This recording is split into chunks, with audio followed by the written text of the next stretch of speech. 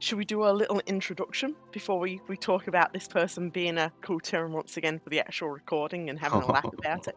And also, she's tall. That's the other giveaway as well. Okay.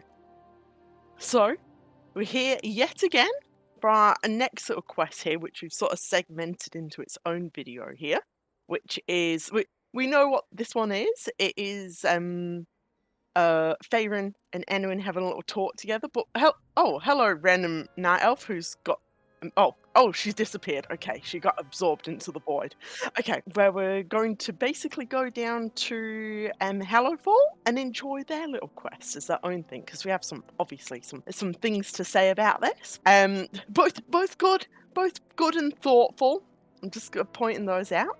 Also, gang, are we all ready to go? Yes, I am ready to go. I'm excited to do this one. Excellent. And like you were just pointing out, Port, we're going to talk to this person who is definitely an Arathi and definitely not a I've just had a bloody mental block too. From Jaina's Kultiris. Kultiris, thank you. And that is in Borealis, isn't it? Yes.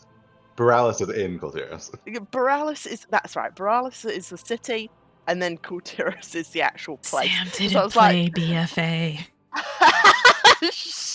I did. This is slender. These lies and slender here. I actually did play BFA, so but I'm like, let's just say I'm still vaguely sleepy. I am the one who sleeps today, so bear with me. Okay, so let's pick up a quest and see where she's pointing us to. Okay, a concerned friend. Champion name?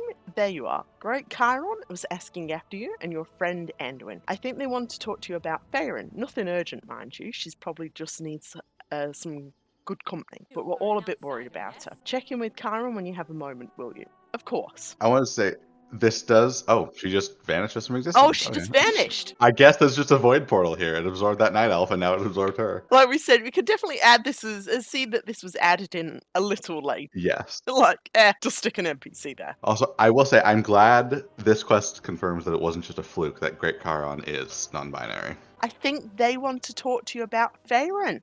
Yes. I'm doing my little finger has gone, I see there. That's good. I said, one thing I've noticed in this expansion, there is a little bit less like, I'd say a few less NPCs, I suppose, that are like, been pointed out as queer NPCs, I suppose. Just a little bit less than Dragonflight, just in the world itself. Obviously still no one in main story at all, but like at least with like just... Well, in fairness, I'm just reminded of that one tweet of like, I'm probably non-binary, but I have a job, so I don't really care about that right now. That's basically all the Arathi right now. They're busy. And not only that, the Earthen too. Yes. I have an edict right now, so I don't care about all that. I mean, by just sheer I mean, I suppose, first of all, holding up a finger, we do get lady dwarves with beards with the Earthen, but on the flip side, I don't think technically they have any gender. Well, no, they have... They have gender, but they don't have, obviously, sexual tertiary characteristics. I can show you this real quick if you do want to follow me. Oh, okay, we'll follow you this way. They're making these stone people perform gender. If you ask the Barbie here, she explains that they get to choose their bodies and their genders. Oh, that's nice. And they can take their gem out, that is their core, and put it in a new body. That's nice. Good. I like that. That's really cool. Yeah, that's a very, very nice touch, I think that. But on the flip side too, I suppose if you were an Earthen, could you? I know it's like, well, it's easier to just take our stone out. But if you were keen on the body that you're in, but you wanted to make changes, would you be considered a stonemason? I mean, if you look over here, they are literally just chiseling on him to do his customization. You can literally just chisel off bits. Boobs, these babies are gone. Right, give me the chisel. Again, that other meme of, you're here for your breast reduction surgery. And it's like, but who took them? And it flicks to another earthen with like the boobs just like kind of formed on. That's really cool though. That's actually changing their appearances like that. That's very nice. Very I want to nice say indeed that the again. questing is a little more inclusive, but I'm having like a hard time actually coming up with NPCs that I feel like were kind of like queer amongst like the earth and the people that you meet. I have been saving 95% of side quests for tomorrow when the Dark Moon Fair starts, so I couldn't say. Oh, good idea. So we're going to be ruminating. You've done the ones in Isle of Dawn still and Ringing Deeps, but like you said, there's been nothing like very obvious, I guess. Like I said, I'll give Dragonflight that. Dare I say I'm giving Dragonflight something here. I'm telling you, the Titans put fluoride in the water. It made all the dragons gay. Yeah. Made all the dragons gay. But yeah, like, but obviously, like I said, once again, no one main cast. Like, I'm raising my hands here and sort of rolling my eyes. No one yet.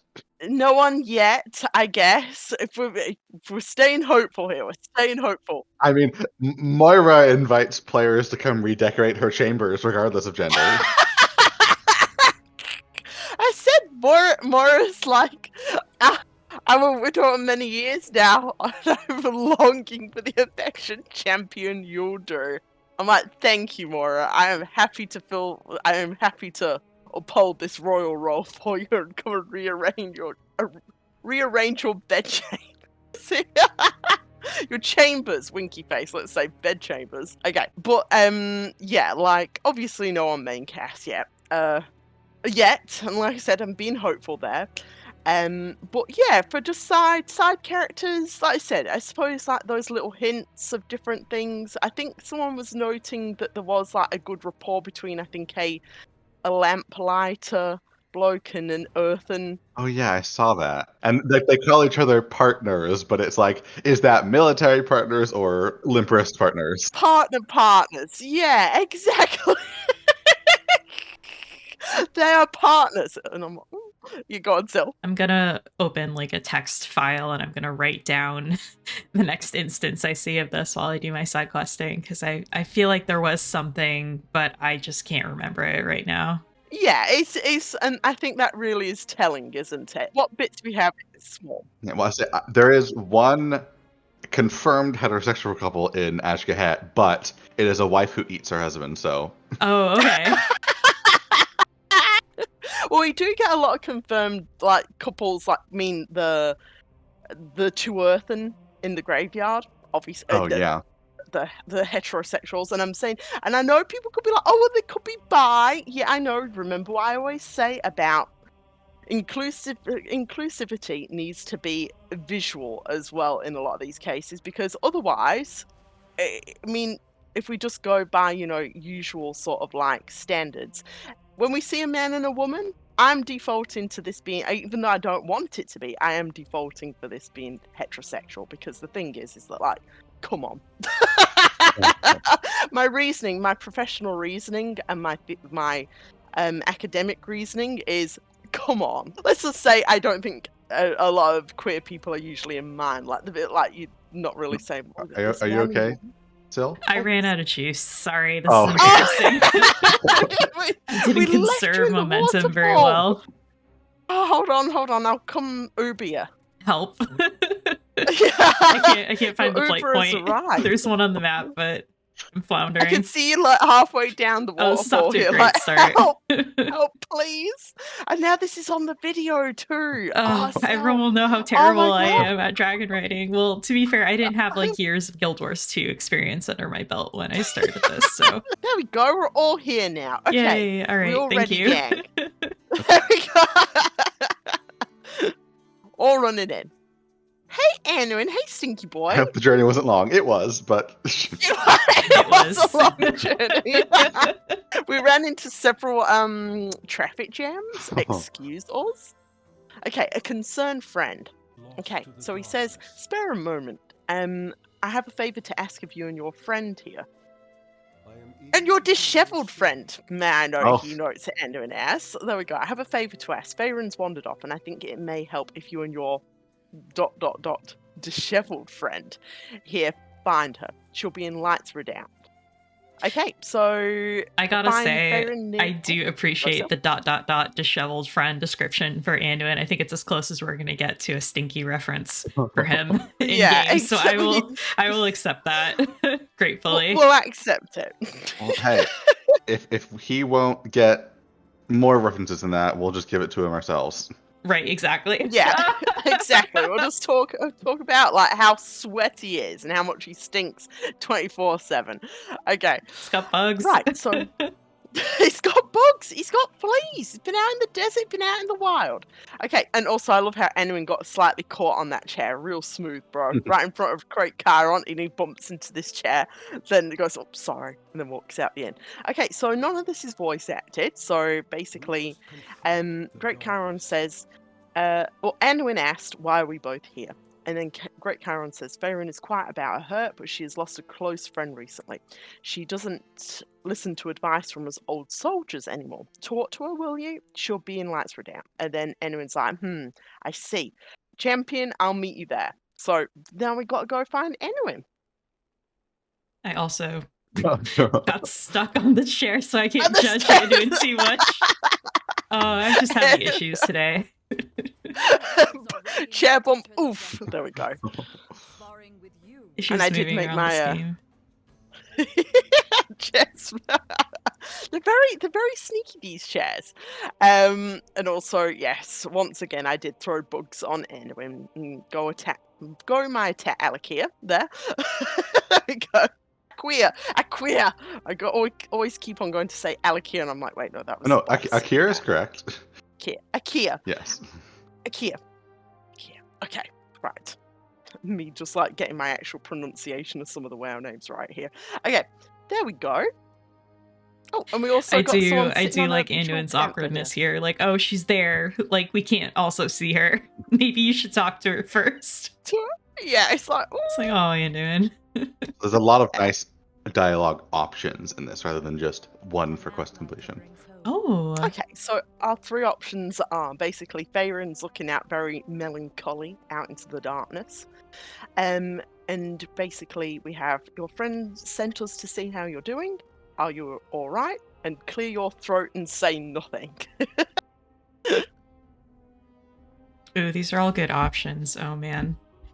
I think I'm gonna go with your friend sent us to see how you're doing. A beacon in the dark. There we go. I'm sad this isn't actually voice acted. I feel like this It would have been so worth it. Yeah. I am actually going to bring up my thoughts on, like I said, I do think this quest was maybe added a bit later after, and then some parts of this quest added even later than the actual quest itself. Oh, Andari's friend is also non-binary. Yes. Oh, okay. If you talk to her, she has extra dialogue.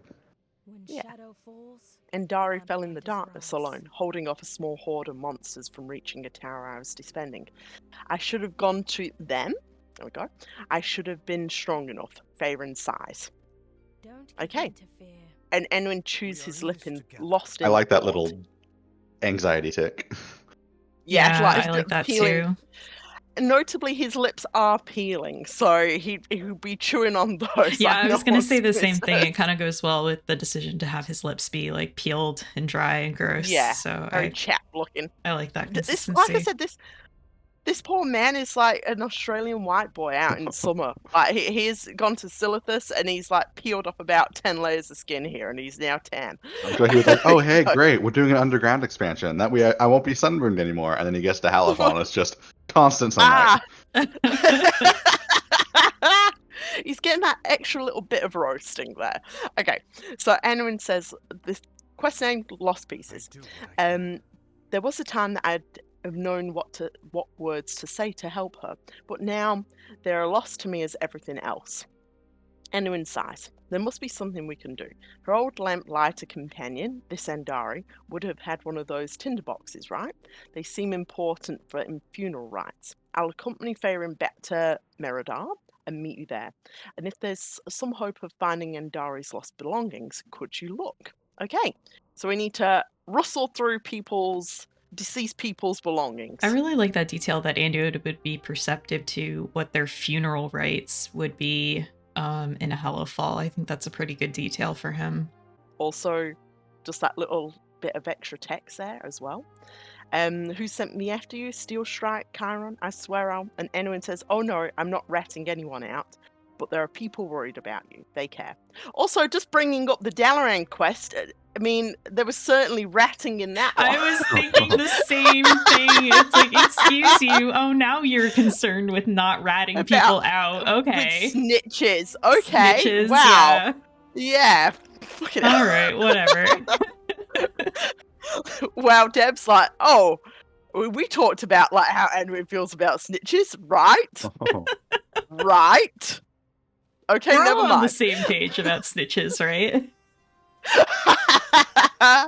Okay, so I'm flying a little bit too far there. So the belongings for this quest are just around this area here, and like you said, that was a very touching bit in regards to like Anduin not really knowing how to handle this, but at least.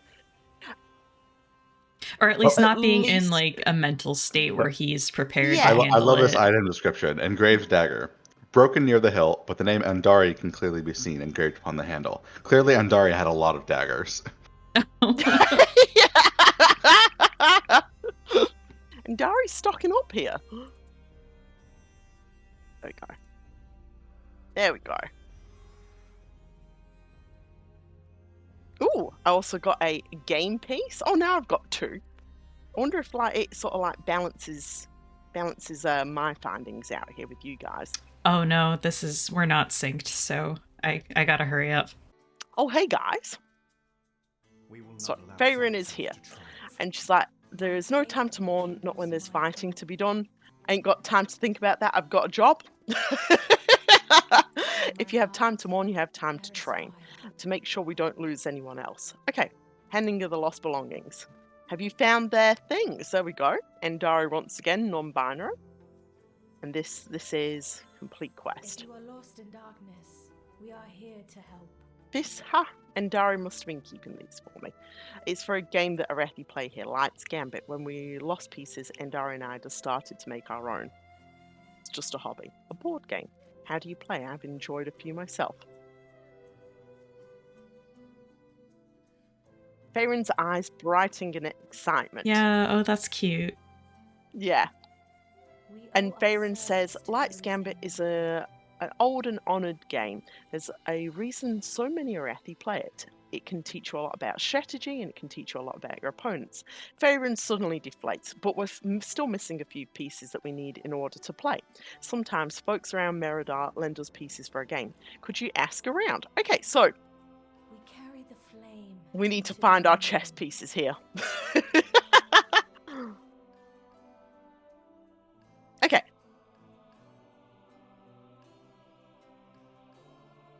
Faerun's getting ahead of herself. There we go. They're going to set up the table and get some drinks and meet us when we've picked up all of our pieces out here. Okay, easy done.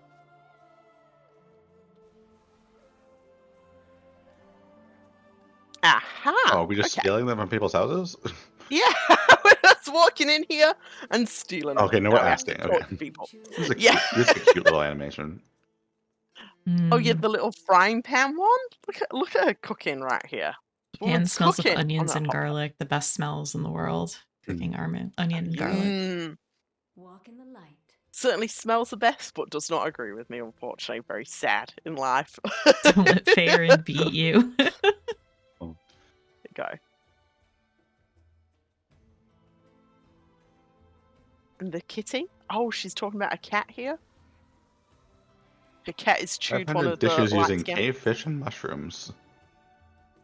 Ooh. Yeah, I stole a book from there too.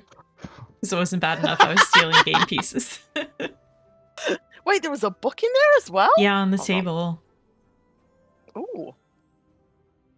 Oh, I'm picking that up. 500 dishes. Yeah, using I do love these books.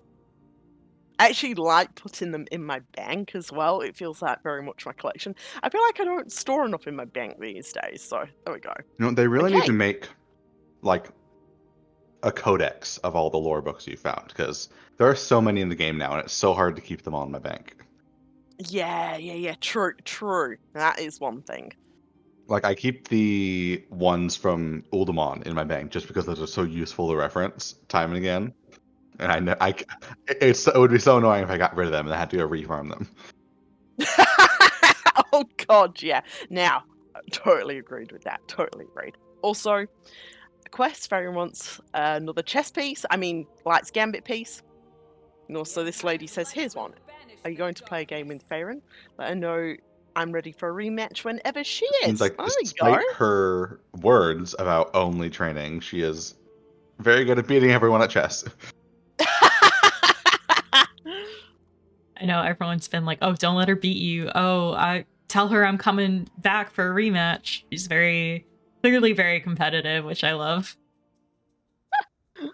Oh, in the orphanage now? We're stealing these pieces from children, taking candy from babies. Keth, I love these weird ass names in Hellform. It's not Keith, Keth it's Keth. I know, it's Keth. It's not Keth. Keith. It's like Tomothy. It's not Timothy. It's Tomothy. Okay. Keth turns from his game and mimics striking with an invisible weapon. And bam, Stormbreaker crushes you with a mighty swing of his mighty axe. Take that, monster. Okay. Oh, he's playing a game with them. No, child. Give them here.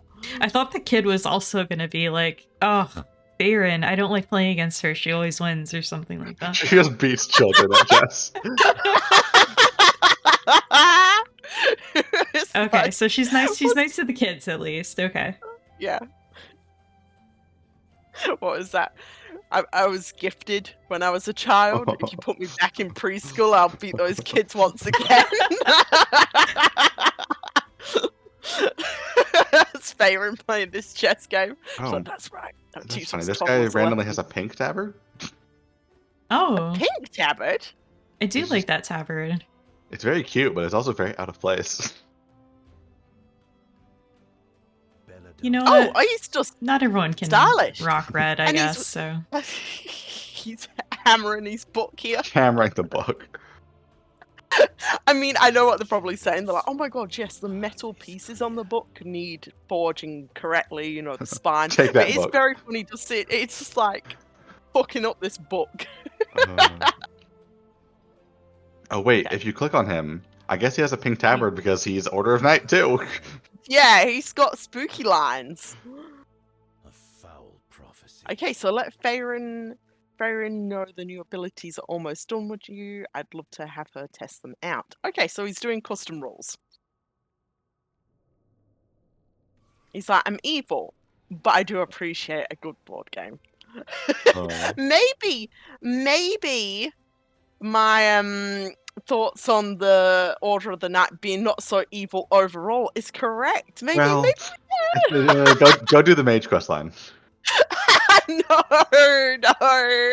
I generally know how that ends, so I'm not gonna say any more here. Oh, hold Yeah, on. and then Coming this one is upstairs. phased, so we can't see each other, but we can all say when we're doing the same thing at the same time. okay. Okay.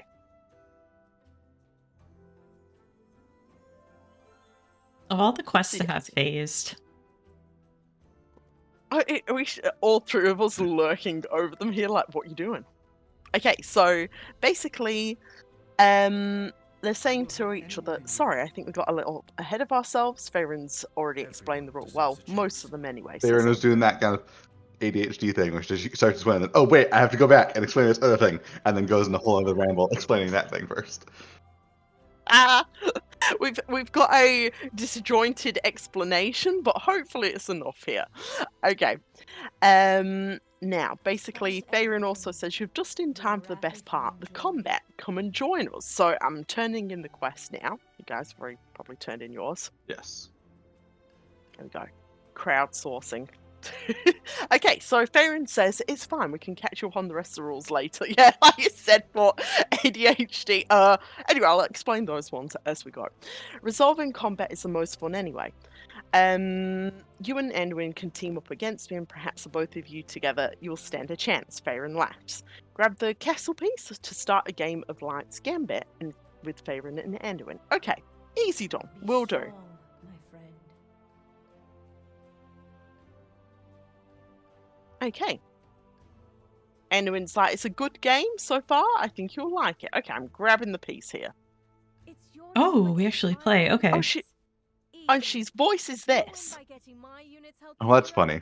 I win by getting each of your units held to 0. Look carefully at each of your units' abilities. Don't worry, I won't start until you make your first move. Your castle has a powerful ranged attack, but it can't move. The other two can move, and have both ranged and melee abilities. Try using an ability. Okay. Each unit can only do one ability, then it has to recharge. While it's recharging, Why is this the only part she's voicing? Yeah, I I was know. gonna say that. A little bit odd there. and deal your own. Oh, The first meanwhile, game is Belladar won is by shifting. the other side's team Oh yeah, wins. I can hear the bells going. Let's do this.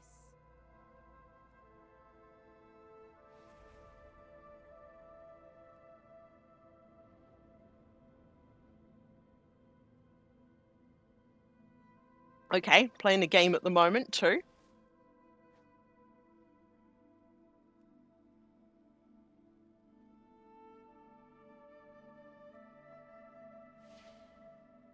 Okay, so I get this. Oh shit. Although I'm just gonna get blasted here by the Oh. shadows almost. Oh, right. There we go. Yeah, then once you complete it, then you get all the many options, and be sure to not click the complete quest objective one. Oh yeah. Okay, so definitely do not finish. Just keep on talking.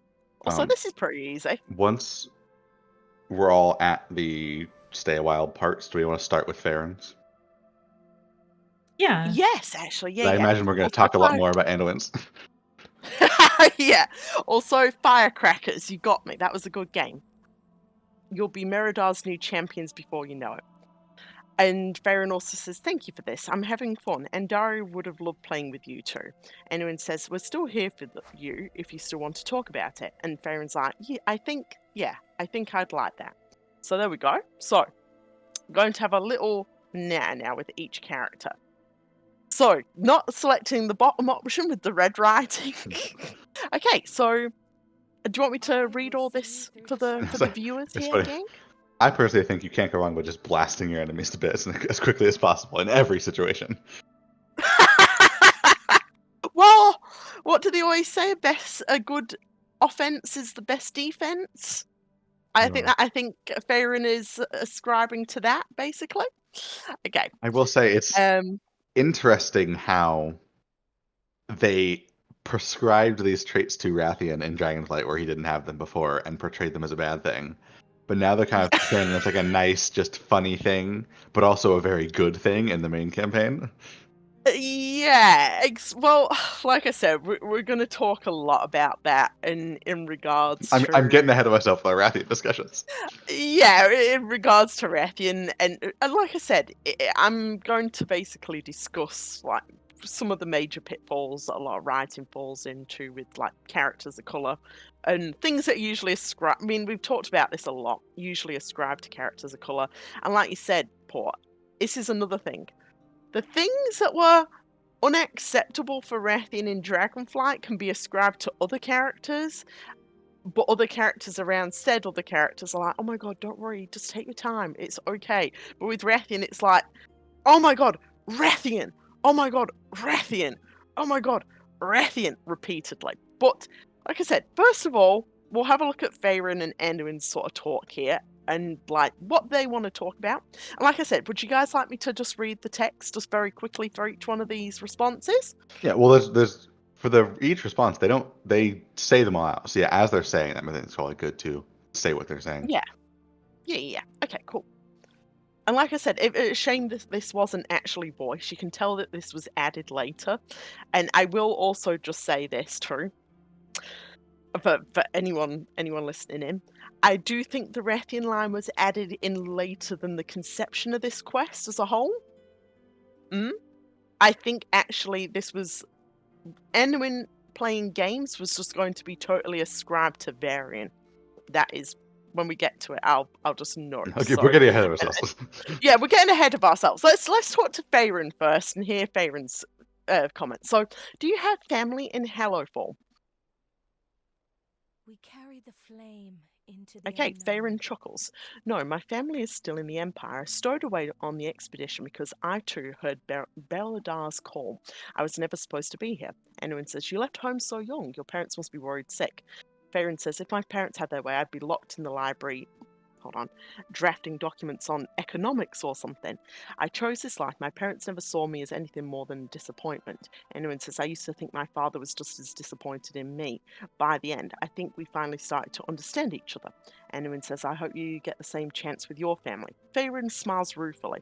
That would require me ever going back. Okay. So do you see how, when I was talking to you about they're definitely having Farron's role in Anduin's story be showing him that it's okay to not be what everyone expects you to be. I was also coming at it with these in mind because I'd seen these too.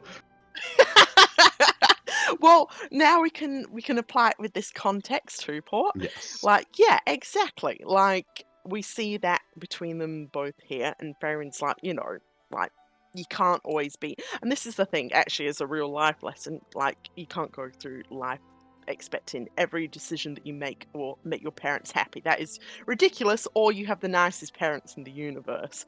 Most of the time, what I'd say that, parents tend to be like, oh, you're really making this decision? So that's a very relatable thing. And like I said, and then Anduin coming to terms with that, and like he says what's interesting there, Anduin says, we started to understand each other towards the end. So that wasn't that Varian was exactly like, he understood Anduin's choices rather than being like, this is what I wanted for Anduin, notably. I do like that sort of differentiation in regards to that. It wasn't that Anduin's like, yeah, my dad totally accepted me being a priest and, being like focusing on the light and being more of a peacemaker. It was more that he understood rather than encouraged it, I think, is the main thing, because despite everything, we do see that, with Varian's death, where he's like, doing the monologue, and he does note that sometimes a king needs to take action, etc., etc.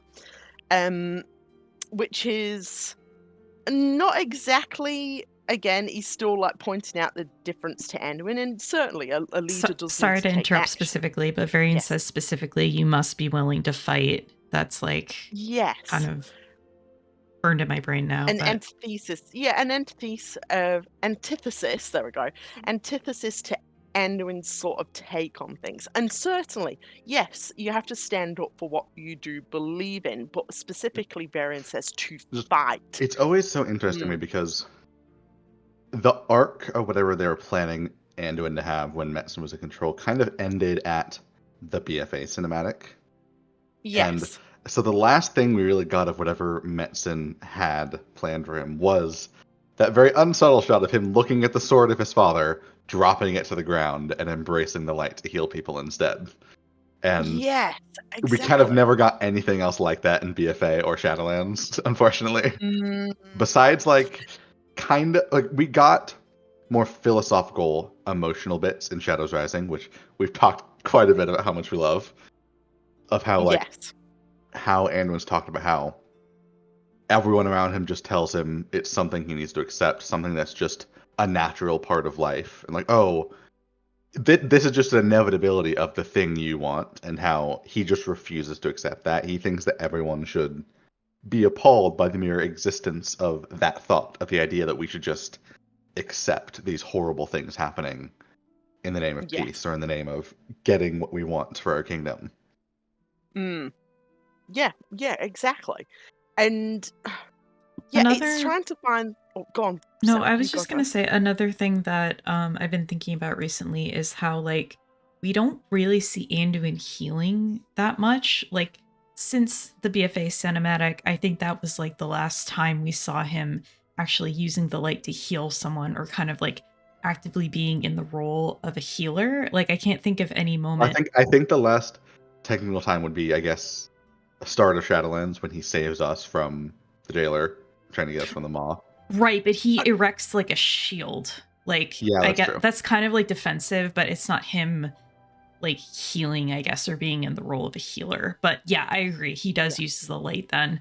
But I do think that that's also kind of like you said, it's kind of like the last time that Metzen was kind of like involved in the story was kind of like the last time we saw Anduin actually in the act of like healing someone or something. And like there's all this emphasis in Halifal too of how the moments where he's like kind of not even just Halifal in general of the emphasis on how distraught he feels that he can't use the light to heal people anymore. How that's almost the de facto connection he has to the light is the ability to help others with it, and how he's very much, I don't want to say like he's very much hindered in his role to actually help people without the light. Yes. Yeah. Yeah. Because especially because both of you just talking then, and it does note at the start of this expansion in regards to Anduin helping heal the earthen, essentially. Like I said, other than that though, that isn't really, like I said, it isn't Also, very visual in a sense that there's the other parallel of in the BFA schematic, he looks at this Varian sword and he looks at the light in it. Then he calls on the light to get his true calling. But the parallel scene at the end of Halifal, he looks at the lightless sword, but he can't see his true calling there. So he thinks he has to emulate Varian and go on the attack in order to help others. Like all he sees is Varian when he looks at the sword without the light in it. Yeah. I think I know this is a little bit like trying to see in the future too, and I know that Charlemagne is such like an iconic piece of weaponry and stuff like that. I do think that the writers will probably be saying, "Oh, it'll be really cool, like a Return of the King moment to have the light, or another at least like element come back Also, to." it'll if they do bring the light back to it, it'll be interesting to see how, if at all, they distinguish it from the Broken Shore cinematic, because Anduin's kind of already gotten his I'm in my self-doubt era, and then the light comes to him and he gets the dramatic calling of the light into his sword. So how are they going to do that again without it just being the same thing? But we know how much Blizzard loves being secular with their stories. They're like, hey, guys, how about if we do this story again, but better? And I put better with an asterisk there because that hasn't worked out for them many times. So it could just be the same story that they're telling again. However, this is the thing. As much as I tend to include Charlemagne in art and things like that, and I'm like, yeah, Charlemagne. I'm going to say this. I think the time that Anduin will truly start to move on with the characters when he puts Charlemagne down for good. Well, I think if they want to have a good middle ground of keeping his iconic weapon, because they love those things, I think at least he needs to put down the armor of... Yes. It very much feels like the armor... Because that was kind of the thing in BFA, in cinematic, was him playing soldier, him playing the role that people want him to be, like his father, putting on that armor for the first time. And we saw, for a very brief bit, of him exploring his insecurities at the end of Shadowlands with Sylvanas, not having the armor on, but I do think that's probably just, we don't have the model ready yet.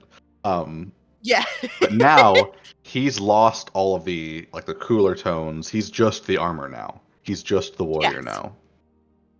That is one thing that I do like, as angry as I was when I realized that we weren't getting a model change, that the armor was still sticking around, is at least the armor seems kind of like almost pathetic now. Like he's clinging to it like a security blanket almost, like he's kind of hiding behind it. I think that's kind of like something that's pretty clear in this portrayal of him, is that he can't let the past go. He's literally being like weighed down and burdened by it. So I'm hopeful that when he does finally shuck, you know, this mangy version of himself, it'll be like for some emotional moment. He's lost all of the blue parts. Like, obviously part of that is he's lost his role as King of Stormwind, so it's a little bit less Stormwind on his outfit, but it's also those blue parts from his BF outfits were the holdovers from his priest outfits in Legion and in Mr. Pandaria. Mm. So Yeah, he's exactly. those are just gone now.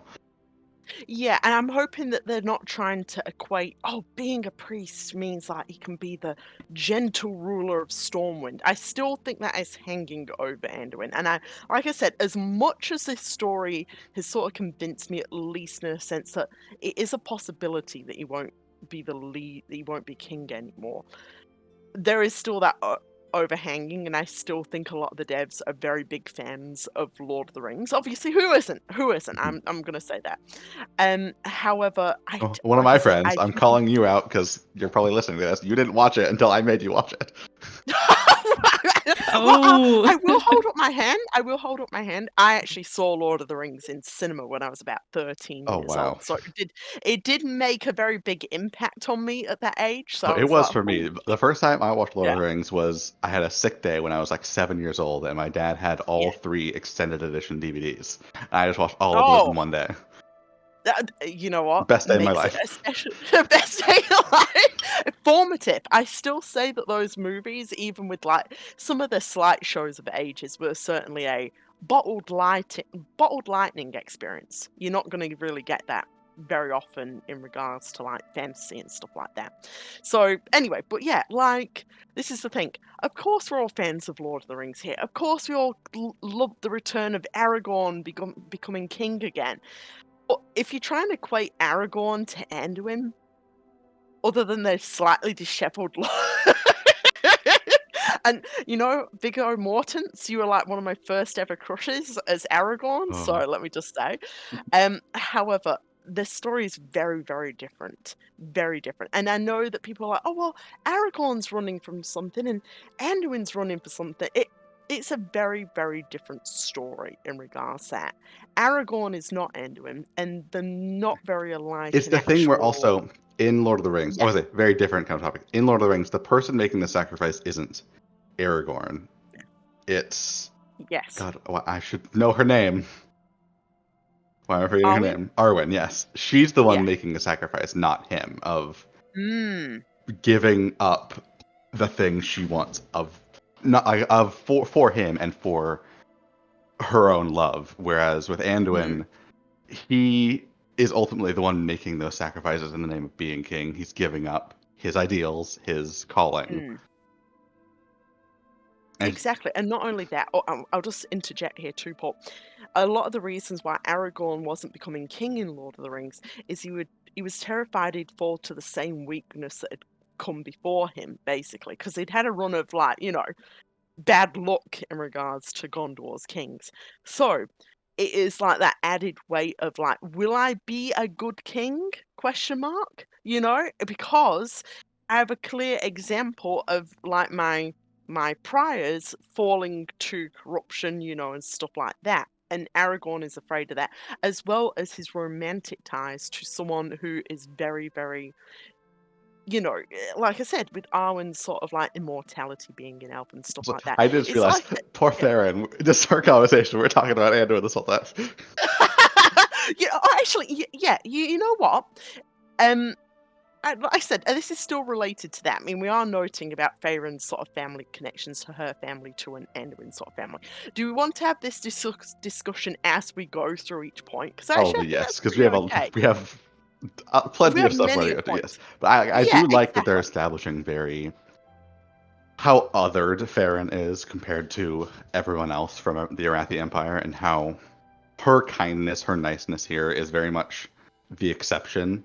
Her warming to us is not really something we should expect from others. She is very much established as an individual, which I like because Mm, very few characters up until recently were really established as individuals in a culture. They're yeah. more just representatives of their culture.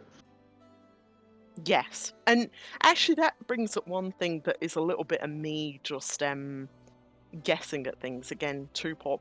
Like you said, the Arathi culture here is still.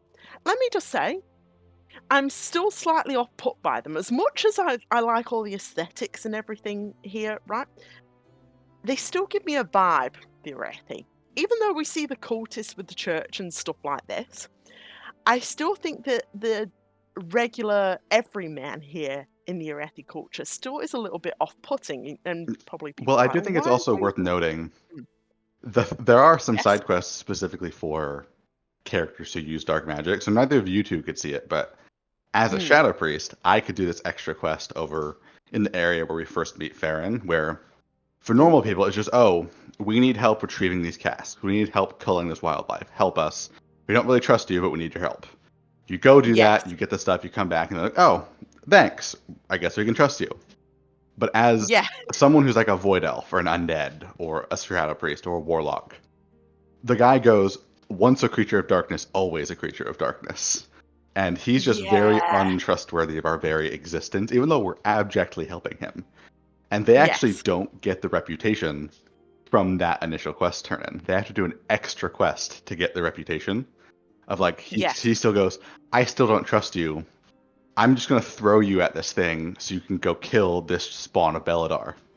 And you go there, you Yes. kill it, he joins you, and he kind of realizes that no, we're not the thing he thinks we are, and he needs to really rethink his ideology. So I think one of the things here is that their time, A, constantly fighting, and B, being so far from the center of their culture and from the Emperor, has allowed some time for some of that indoctrination to wear off a bit. So there's more Yes. potential for the ones here in Halifal to be less extreme. But they make Yes. through that, they make it very clear the baseline culture from which they come is very off. It is very not tolerant. Oh, yes. Exactly. Exactly. And the thing is, and actually that leads in perfectly to what I was sort of ruminating on with Sil. And this is another joke too, because I was like, oh, are the Nerubians going to do a Klaxi teehee? And we're like, nah, of course not. I think I may have been looking the wrong direction. Oh, yeah. Going to do a Klaxi. Yeah. I think that I should be on definitely think everyone's mind. the fact that they are so endearing us to General Steelstrike, but Yes. also making it clear, like one of her quests is they're like, oh yeah, I got this position because I put down an uprising back in the Empire. It's Yes. like, oh, that's a very casual lore drop. So I love and crushing I dissonant do think distance. the point of that, and like one of the side quests that I really like is, oh, you go visit her family with her. You go visit the hospital with her. And once you Yes. complete that quest, all of her NPCs in the game change from General Steelstrike to Aurelia Steelstrike because you guys are now on a first name basis and you're friends. Yes. And I do think the purpose of that is because she is very clearly still sipping the Kool-Aid compared to Farron. Yes. And I think that once the time comes for us to get the proper Empire, she is going to kind of be the equivalent of Kilrook, of the person we bonded with, the person who is our bestie, but is ultimately, she has her political lines, we have ours, and she has to choose her duty. Yes. Yes. And I think that too. I 100% think that there is going to be obviously a future storyline with the Arethi returning to I was going to say the Arethi returning to Arethi Isles here.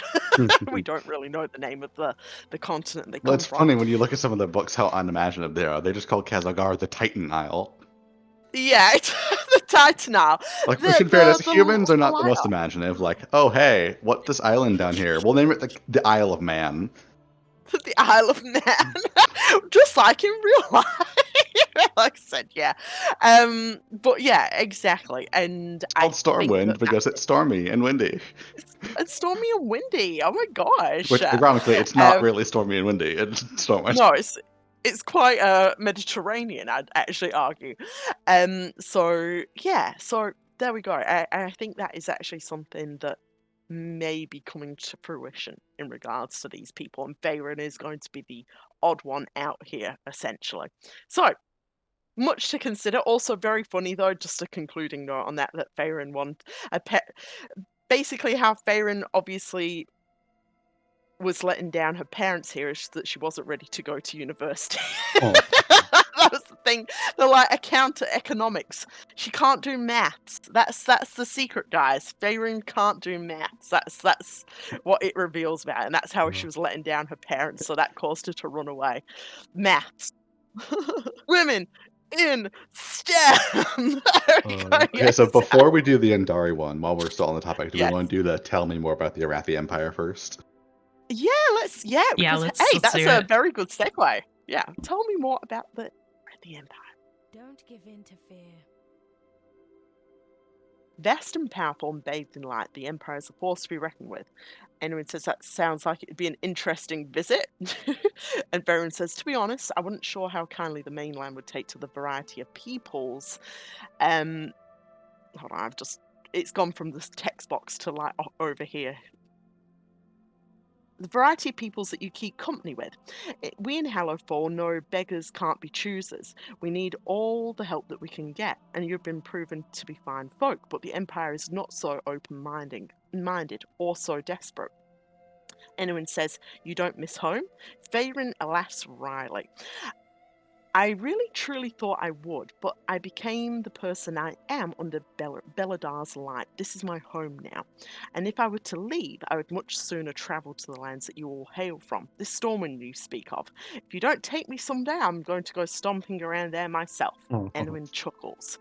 So, which I also say, hey, after the whole yeah. variety of peoples you keep company with, I got a unique line saying, particularly you, Portergauge, for embracing the darkness as you have. Oh, that's so cool. I really love how they have like little details that make it different for classes, like players who've chosen classes that do kind of meld with the darkness. So that's awesome. Very interesting too.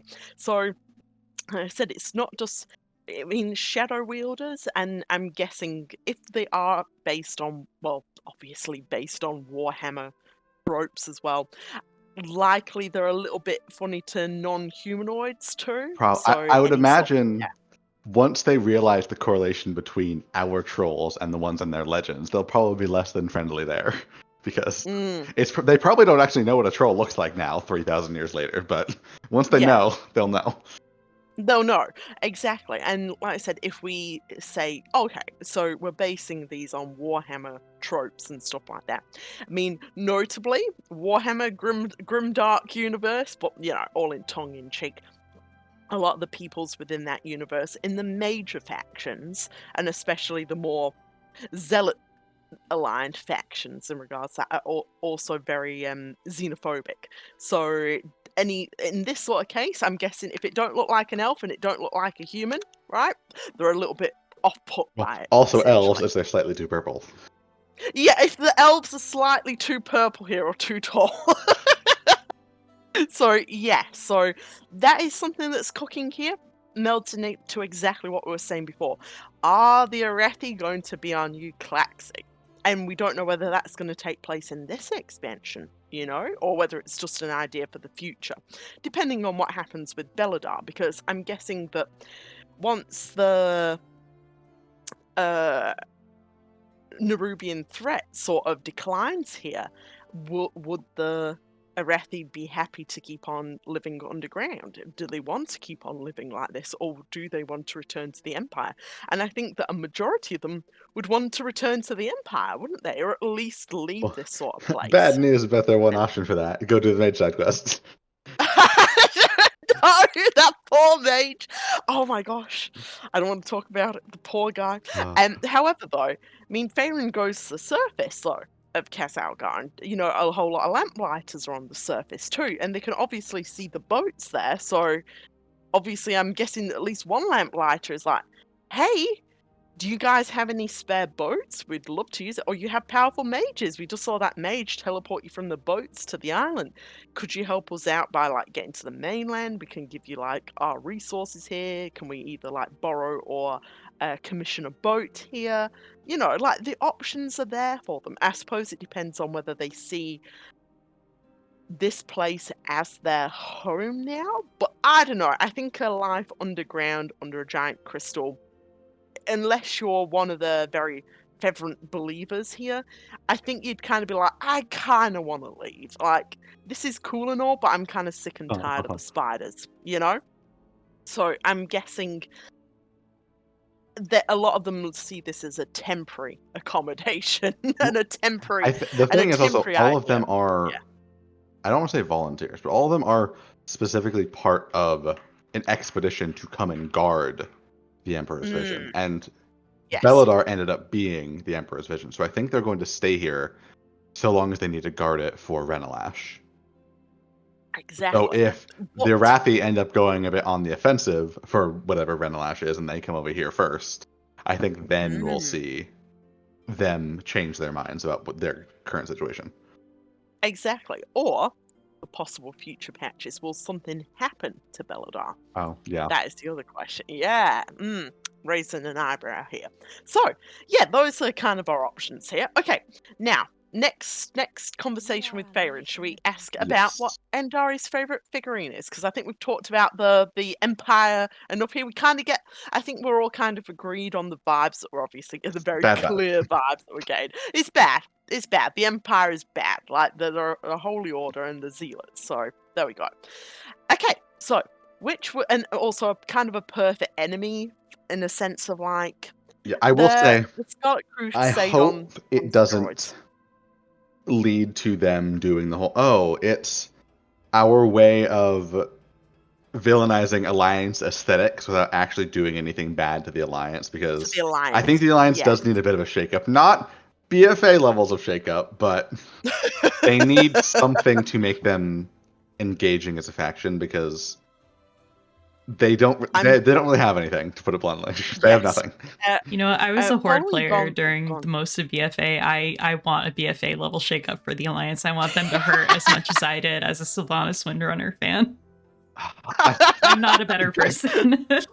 Despite my pettiness about how many people egged that on in BFA, I don't wish that on anyone, because Yeah, it's the return of that sort of like, it's Yeah. a tit for tat, and we it's really the bigger exactly issue with want BFA that. was, rather than just doing it with the characters, they did it with the fundamental culture of the entire faction and of the orcs and the Yeah. Forsaken. So that's been really hard to write back. They've had to spend a lot of effort writing back the damage they did in BFA, and I'd rather not do that to like the humans.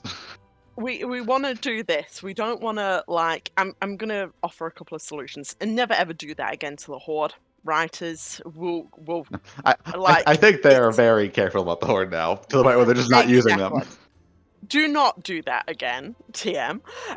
Now, as a different idea, like we were kind of touching on the other day, when I was talking about elf reunification the other day, and I was like, okay, the elves are reunifying, like, whatever, kind of.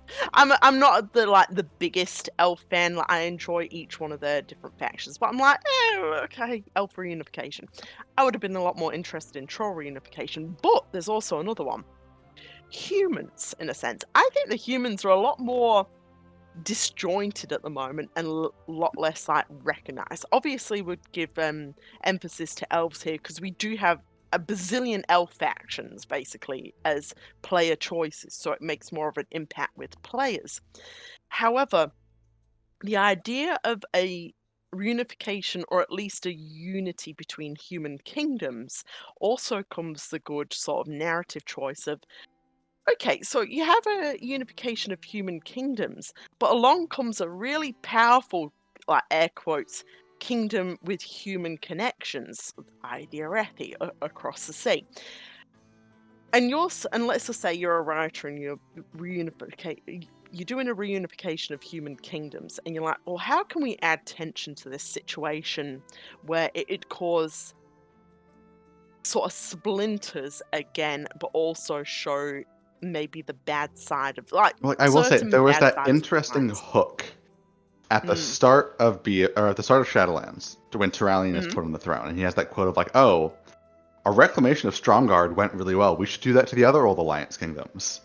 And I think there's a lot of untapped potential in both those kingdoms and in what we have already in Stromgarde, of this idea of Stormwind kind of overreaching and unintentionally becoming the new Arathi, of kind of turning these other kingdoms into their own vassal states. Because when you look at Stromgarde, that's kind of just a Stormwind's garrison now. There's not really any Stromgardian culture.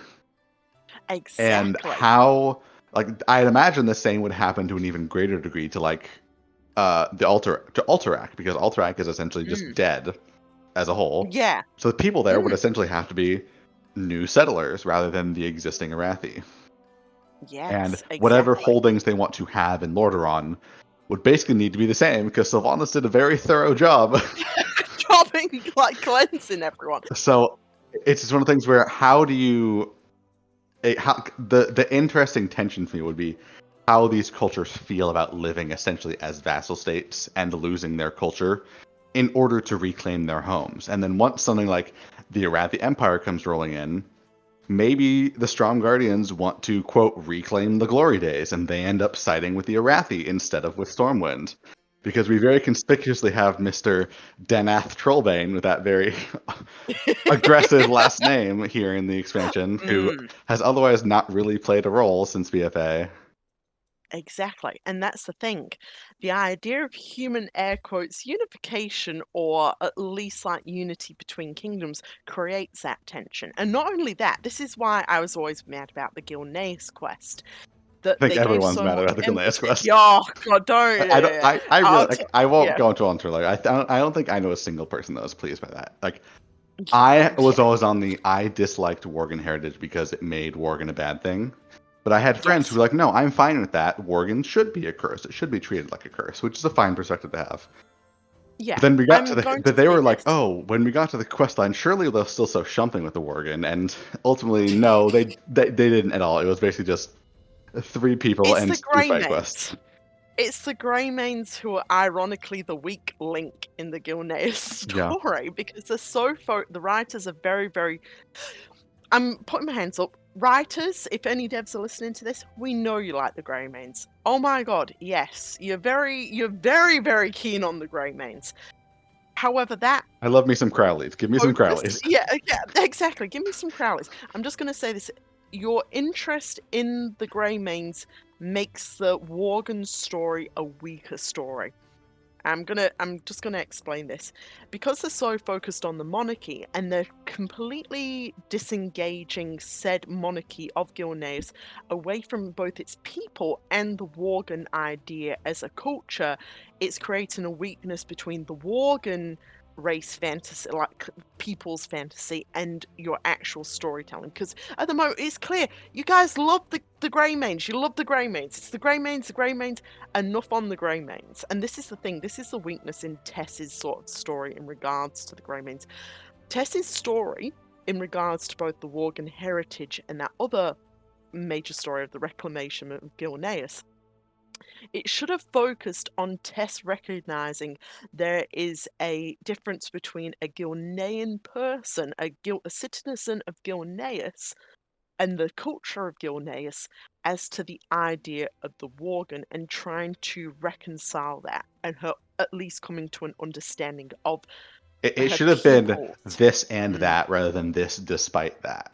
The Yes, ending of the heritage was they are Gilnean despite being Worgen, and not they are Gilnean and they are Worgen, and those two things are not diametrically opposed. Yeah, I think that was my problem with the Gilneas heritage and like all of that, is that I also kind of feel like, no, the Worgen curse should be a curse. Like, it is objectively not something you would want to have happen to you. But that's what I think the quest should have just ended on the idea of she was wanting it then for the wrong reason. She wasn't wrong to want it.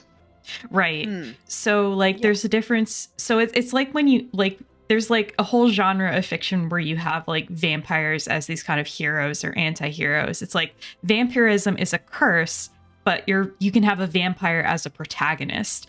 It's like being a Worgen is a curse. Like, it has its clear downsides, but the Worgen heritage questline should have Worgens as the protagonist, like as the that heroes. was the protagonist of their original story. Of there's a reason why Gen has his poke of our curse is also our greatest strength. Because yes, in a way, I said it should be their Gilnean and their Worgen, but in reality, they are Gilnean because they are Worgen. Because if they weren't Worgen, they would be dead.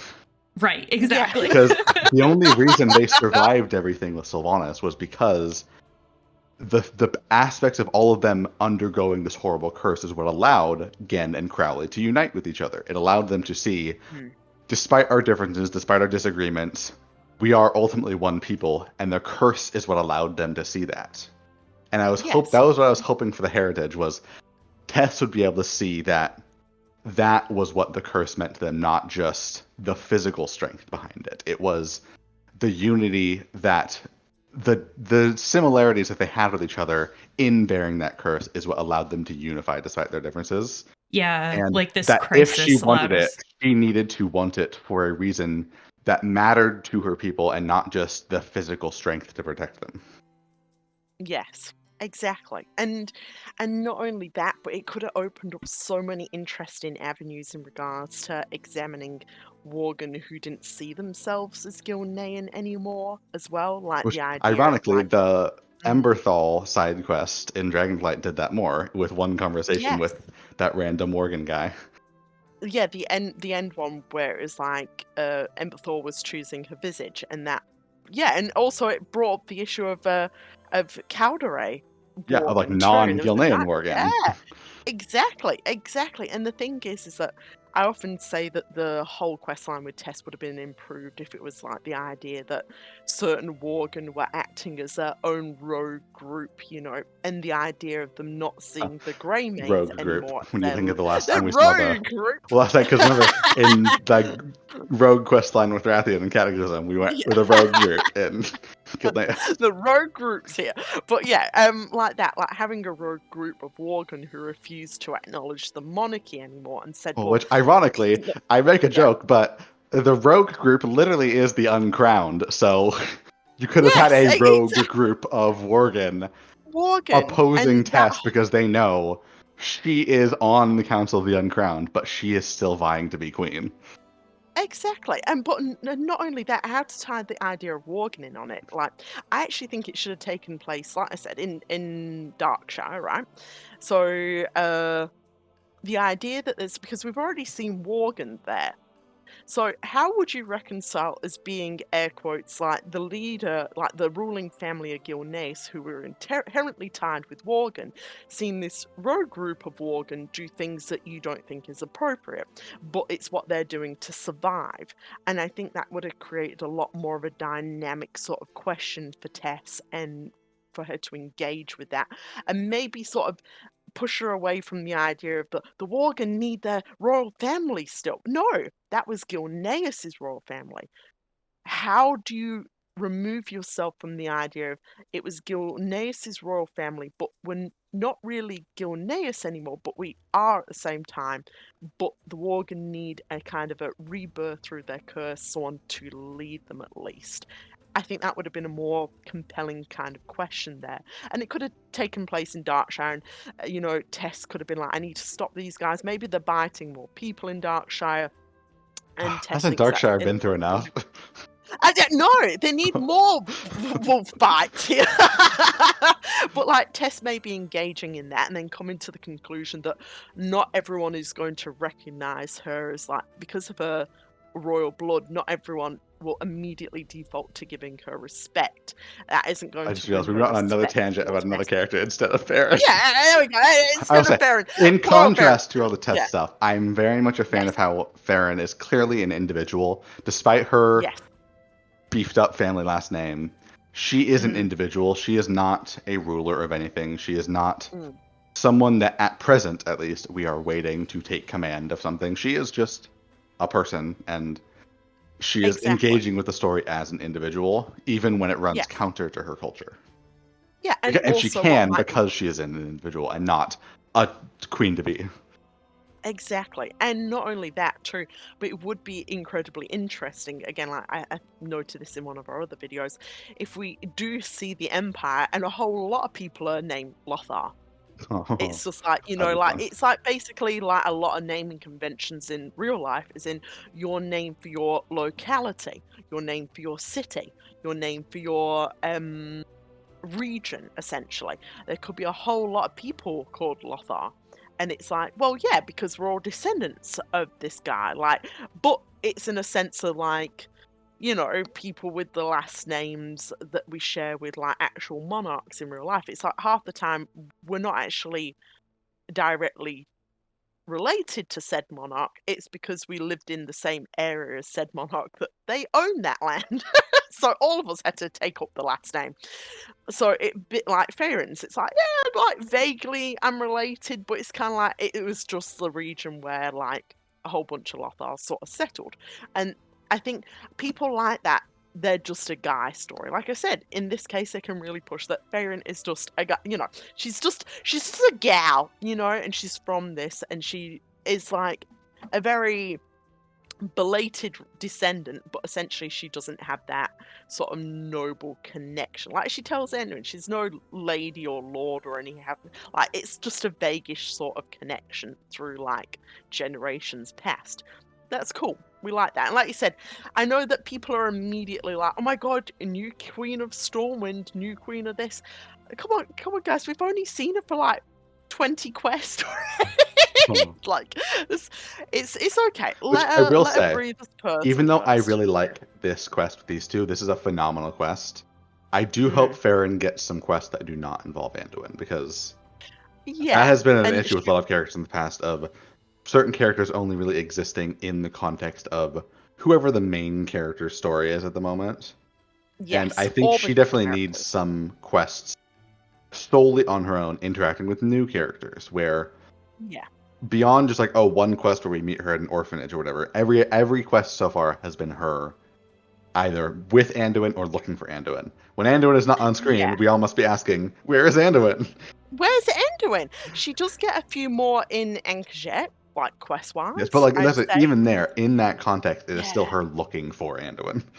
Anduin, exactly. And then obviously the side quests, I think, do her better there, but the main quest does need to give her something like, let her interact with someone in the Horde. I want to see her interact with maybe Lillian Voss, because she's clearly becoming a main character in this. I want to see, how does she react? Like, she's nice to different people's in practice because the player can be anything, but I want to see how she actually interacts with someone who's different, and Lillian Voss is very different.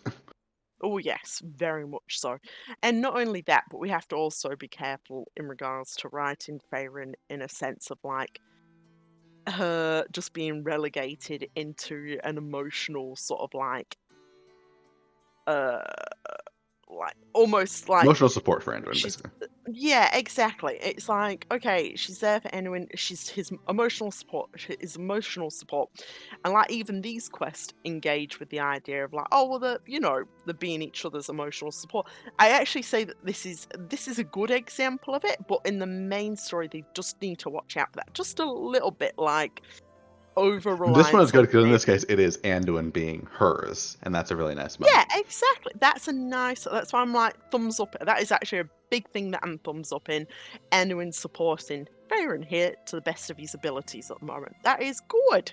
But like I said, they just need to watch out for certain things. And like I said, when we get into our little bit of a discussion of Rathian in regards to Farron and their sort of reactions, and then like I said, the dynamic of a trio of friendship between them needs to be careful in regards to certain things I'll note. But at the moment, when it's just Farron and just Anduin interacting, they need to just be careful main story-wise that Farron is just like the side character to Anduin to provide emotional support. Let's just, in one of the patches, let's have Anduin get kidnapped again when Rathian shows up, and him and Farron are both competing. Who can rescue Anduin faster? Oh, I would love that. That would be so funny. Well, again, I mean, that's more believable because if Anduin's on screen, Rathian can't be there. And if Rathian's on screen, Anduin can't be there. They can't be seen in a room together anymore. Right. Okay, I would like to see Farron interact with Tess or Talia for sapphic reasons, but I know that's probably not going to happen, but I can still dream. Yeah. And if we want the most interesting one, the one she needs to interact with is Vanessa. Yes. Vanessa. Oh my god. Galaxy some brain. People with bad opinions. Some bad opinions about Anduin. Let's see how Farron feels about that. That would be really hilarious if her first interaction coming to Stormwind the first time is interacting with Vanessa. But then again, I say that in the human quest line, Vanessa was like, oh my god, Anduin has been helping us. Heart emoji with her fingers here. I hated that. I'm going to just say that. Like, those have larger issues with Anduin, which we will not discuss here. Oh, it's again, Anduin could do no wrong. And like I said, even with this, like all Farron is seeing of Anduin is him acting a bit rashly in regards to this. Like, we're still not seeing any sort of bad sort of traits coming out from Anduin here, which is something we've noted on a lot, but it's something to consider. Anyway, so should we continue with our next sort of quest line here, because Yes. we have been narrowing a bit. So Andari's favorite figurine. So let's click on Making that. in the dark. That one painted in red. It was the first I tried to paint. It was difficult given Faerun waves what is remained of her left arm. Sorry, a mote there I missed. I lost my arm and eye when our ships arrived in Hallowfall. All I remember is a flash of light. Then I was under something, screaming. Faerun shudders. When I came back to, my arm and eye were gone. I was so unbalanced I had to learn to walk again like a child. Steel Strout had been the one to dig me out. She said that my choice to stow away meant I was a soldier, not a child. It also implies that Faerun was an adult when she arrived here, or at least almost an adult. So Faerun is solidly into her 30s here. Well, Like, people are like I saying, "Oh my think god, she the acts thing they so said is young." she left as a teenager, so I think she was probably like Yeah, 15 or so.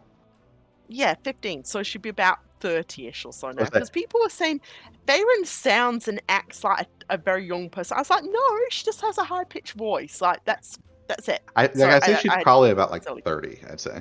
Yeah, about 30. So, like I said, everyone's saying, oh my god, Faerun's so young. No, she isn't. She's about 30. Like, she just has a higher pitched voice. She's a girl with a higher pitched voice.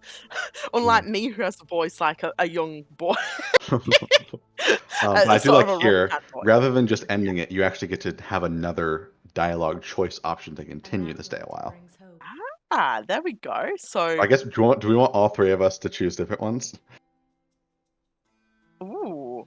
Because there's three Yeah, different... actually, that's a good idea. Yeah, because there's 3 other options. So, okay. Should I start off with, do you regret stowing away? And then each one of us Sure. go down. I call not doing the foolish one because I refuse to be mean to her. All right, I'll do it. Well, do I'll you be want me mean. to be mean? I'll be the mean one here because I'm already the mean one. Here we Okay. go. I'm so sorry, Faerun. But that was a bit of a silly. It was a foolish thing to do. But you were a teenager. I can understand it was foolish. I'm clicking your choice here. What did she say? Oh, she doesn't say anything. Oh no, I think it bugged out Yeah. because we waited too long. Oh Okay, do no. the Andari Okay. one again and then click. Okay. Yeah. Because if you notice, so the bubble talking for popped up again about again around Anduin's head. Yeah, save me from being mean to Faerun here. No. Which I will say, it's a shame that her short story is going to be paywalled behind the book that's coming out, and it's the only one of the short stories that will be. Yeah. Because I feel like the I think- context of how she lost her stuff, how she lost her arm and her eye, really would have helped a lot of people. Yeah. Oh yeah, for sure. But I suppose it has 2 sort of things. Also, I'll just say the foolish thing to do right now. Okay, what she's Yeah. going to say. I don't regret anything. I wanted to live up to Steel Strike's expectations. I refused to be any less than the rest of the army. I trained endlessly. And Dari convinced me to play Light's Gambit to learn strategy. By the time I realised they were actually getting me to rest, I was hooked. When we lost pieces, I wanted to make new ones. Because of my missing arm, I had to figure out new ways to fight, to eat, to dress myself even. And yet, crafting this tiny game piece with one arm was the greatest challenge yet. Because of Andari, I rose to it not with grim determination, but with joy. Andari healed me, not my wounds, but not my missing limbs, and not with magic, but something inside. And now they're gone. And she's crying. Oh, I'm making her cry. Oh, Oh, Sam, how could you? Put her. Okay. Oh. Jail for 1,000 Okay. years. I'll now Okay, do top you option. regret stowing away? Yeah. Oh, hold on. I do Oh. actually have another choice here. I already did mine, get but I'll to, read it like, after. I'm not going to say nothing. That's horrible. I'm going to give Faerun a gentle pat on the shoulder here. And Faerun wipes the tears from her eyes. Thank you both for listening. I fought hard to be seen, to be strong, to earn my place. I love my people, but it's hard to let the walls down. And Anduin says you have to let the walls down eventually before they all come crumbling down around you. You don't have to do it alone. Be kinder to yourself. That's rich. Faerun says, care to take your own advice. Anduin says, I think it was you who said something like that to me first. Perhaps we both need to learn to take our own advice. Okay, there we go. Maybe one of the other options will get a different sort of outcome. My first one was just saying I don't regret anything. I wanted to live up to Steel Strike's expectations. I refuse to be anything less than the rest of the army. I trained endlessly, which I think was also in yours. Yes, they all come round to the Yes, same I think yours option. was just meaner. Just a meaner way Yeah. of saying it, but we're not going to. I don't want to say nothing at the end there. Like that's actually genuinely horrible. Did you get the Endari healed me, not my wounds, not my missing limbs one? Yes. Okay. Okay, should I click on mine? Yes. Yeah. Let's see yours. Okay, Steel Strike was too harsh on you. I'm sorry. In my heart, there is fire. Oh, I think it might have bugged. Okay, hold on. Oh, did you wait too long, Anne? Yeah, okay. Andari's favorite figurine. Sorry, we have to wait through this again. Okay, Steel Strike was too harsh on you. I'm sorry. Despite everything, the I don't only regret one anything. I wanted to live up to Steel Strike's expectations. I Yes, that's the refused same to one. be. Yeah, it's the same one. Okay. Trained endlessly.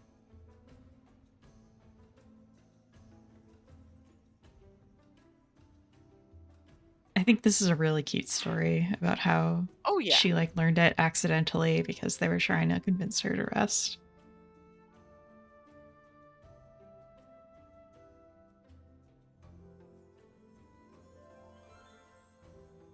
I like how like carving the game piece was kind of like a way for her to learn to live with her disability, like teaching herself new ways to kind of like deal with having one arm. And it is And nice them even- showing someone else helped her. It wasn't just she did it all on her own and she was great at it from the start. It's no, she did struggle with it. Yeah. It was not perfect Yeah. for her. She needed to Yeah. learn how to do this and she needed help to do it. And that's not a Yeah. bad thing. Okay, I have the other three options, so I'm gonna say nothing. Yes. Oh, don't sell. Don't. All right, Don't I'm do this. gonna do it for the video. No. Erin wipes tears from her eyes. Thank Oh, you, so she thank you does- both for yeah. listening. Okay, so Okay. okay, good. Okay. Oh, whew. So okay, right. It isn't a mean option. It's just more like I'm listening carefully. Stoic to you. Let's think option. of it that way. Let's leave it at that. Yeah. The stoic option. The cool stoic option. We'll leave it at that. There's no cruelty here. Me wiping tears from my own eyes. Like, no, don't do this to her. Okay, now Okay. it's Anduin's turn. All right. Okay. All right. Okay. It's like us with evil gleams. Well, I in think our it's eyes, like, conveniently in "Ah." the perfect order for our order of importance. There we To go. save the best Okay, for so- last. Best for last. Okay, first one. Do you miss Stormwind? Together, we will Of be course victorious. I miss home. A new human kingdom. What's it like? Grand, beautiful, filled with so many different types of people. I miss the fresh bread at the Gilded Rose, magical accidents in the mage districts, the festivals, the people. Farron says, then why don't you go back? And Enwin says, I can't. Not yet. Who would want to see what their king has become? No. And then Farron says, soon, one step at a time. Enwin nods. Okay, now. Yeah, very obvious. Okay, well, you're just taking a break. You'll totally Yeah, go you're back just as taking a king. break. Don't worry, you'll become king again. I'm gonna say this. Honestly, I think this is I have a bit of a difficult, speaking from personal sort of things. I don't really. This is the thing. People feel homesick. Of course, people feel homesick. It's not an emotion I quite feel because I'm a second generation migrant, so I see Australia as my home, but I don't at the same time, so I can't really relate to this conversation, right? But the thing is, it'd be ridiculous to say that people don't feel an obvious longing for a place that they see as home, right? Like that is a given, like 100%. And all Anduin's ever known is Stormwind. Why wouldn't he miss that, right? Like, it's a given. I will argue very strongly for the point of course, Anduin should miss Stormwind, and it's good that he does miss Stormwind. It is his home, essentially. That sort of sense of homesickness will never, ever leave a person when they're not, in a sense, like, near where they call home. Like, technically, like, the actual physical location of being home. And this isn't just talking about the people as home and things like that, too. I will say, So, I wish yeah. Farron had a bit more of a moment like what Sylvanas has in 925 of asking, like, do you need to go back? Like, do you need to live up to the expectations of what they expect of their king? Yeah. Because Farron seems Well- like the person to ask, does he need to live up to others' expectations? Exactly. And it's that response to Anduin's like, who would want to see what their king has become? And then Farron's like, oh, don't worry, soon. Instead of noting like, well, do you miss being king or do you just miss Stormwind? Because that is air quotes your home, but is it the interlinked like I must be king in Stormwind? Can't you just miss Stormwind by itself? I think that was kind of a miss point there, and it still sort of reinforces that. Well, Anduin will have a return of the king moment. It's okay like that. So, like I said, the sort of differences between that, the idea of a person missing the place that they would, or like a country, the state, their just a general location that they see as an inherent place of I grew up there and that is my home technically, but they've sort of interlinked it with being king, which is like Yeah. yeah. So that's I more really of the think I wish Anduin had a connection to Stormwind without his connection to being the leader of Stormwind, because it's clear that the problem he has is not with his home; it's with the Yes. role he has to play for his home. But like, yes, he tried to exactly. get his escape in Goldshire. He clearly loves Elwyn Forest. He loves all that area. Yeah, It's just I hope, and that was one of the things that made that story so good in Shadow Rising is, despite his love for the people, his love for being there, he Yes. couldn't enjoy it because he was so brought down by the burdens of being king. He was so wrapped up in the horrible choices he had to make. And I hope that's not just an abandoned plot from Shadows Rising. yeah, exactly. And it was such a good plot. And I know that there is some people who play World of Warcraft and be like, well, no, Anduin needs to be king because of his blood right and stuff like that. And, oh, he needs to have, like, an heir and he can't abandon his people. I'm going to tell you something, guys.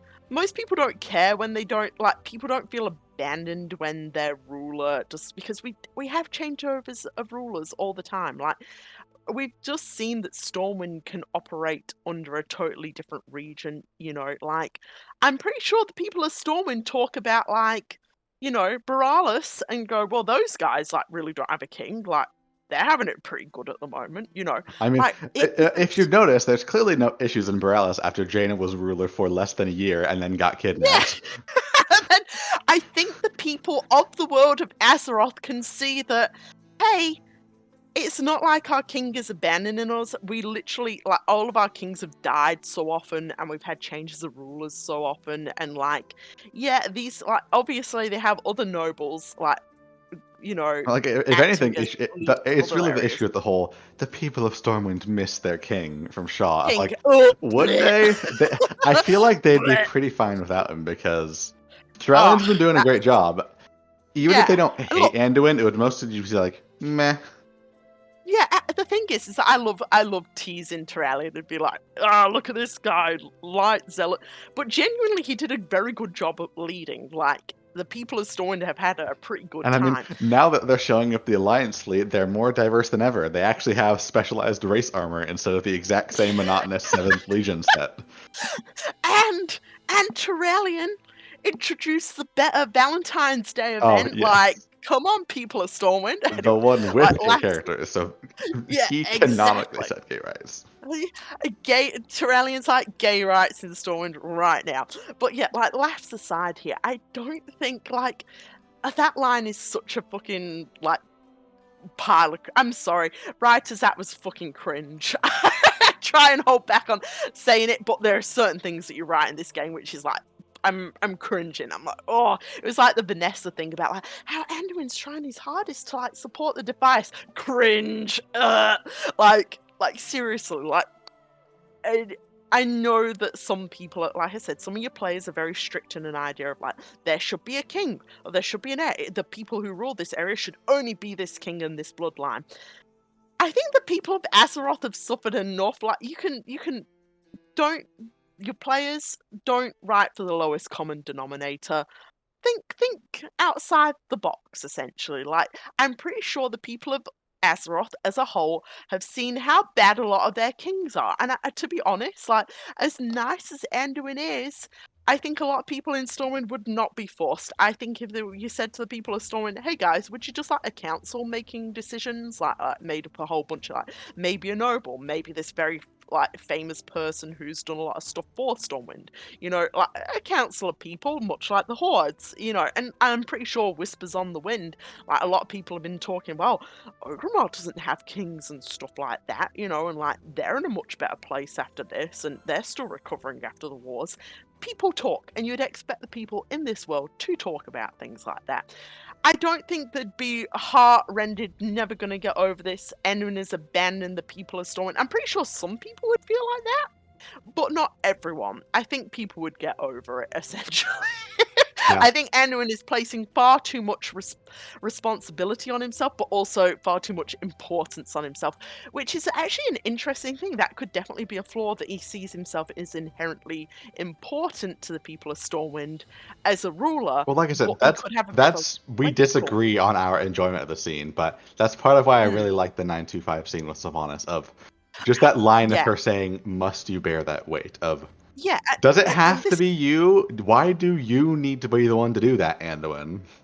Exactly. And the thing is, Paul, like I said, the main thing that I don't enjoy about that is just that it's Sylvanas delivering that line to him. And like I said, I just have an issue with like the Oh, so you hate The Sylvanas? I see how it is. no, no. Oh no! It's like Sam, crimes, disliking Sylvanas. No, I actually really love Dark Ranger Sylvanas. fans, And- attack. Dark Ranger fans, get this, ho! Anyway, I'm like, no, Dark Ranger fans, please. Like genuinely, I think that it was so like the dynamics between Sylvanas and Anduin are I think they were kind of bought from the beginning. I don't Yeah. think they have any chemistry. That's the reason why I'm like a little bit like, raise eyebrow. It's Sylvanas We are doing in this. together. But I like Sylvanas' words, like straight up. Also, Dark Ranger fans, I like Sylvanas. She was done very dirty. But yes, I like the words behind that. I just, again, like I hope that the plot threads. That's what I meant by here, but deliver it. someone else needs to say it too. It needs to not just be Sylvanas. Yes. Erin would have been Yeah, the perfect person to say that, and it's a shame she doesn't, because Yeah. she's the perfect total outsider, no context towards direct involvement in what he's done. Someone Exactly, and I that don't- uninvolved being able to say, "Do you need to do that?" would have been great. Yeah. And not only that, but Faerun has already noted that she isn't really keen on the ruler of the Arathi, like the Yeah. Emperor. She's a bit like, Like, couldn't she just been like, well, rulers aren't all they're cracked up to be, like, and Anduin going, hey, and Faerun just sort of shrugging and being like, I'm sorry, I don't really put much weight on, like, destined rulers. You're supposed to rule from your birth, like, and because she's already made that distinction for herself, like, it's like, well, bloodlines don't really mean anything, don't do they? And the thing is that they don't, and it's actually a good moral in a game or a book or a piece of media that.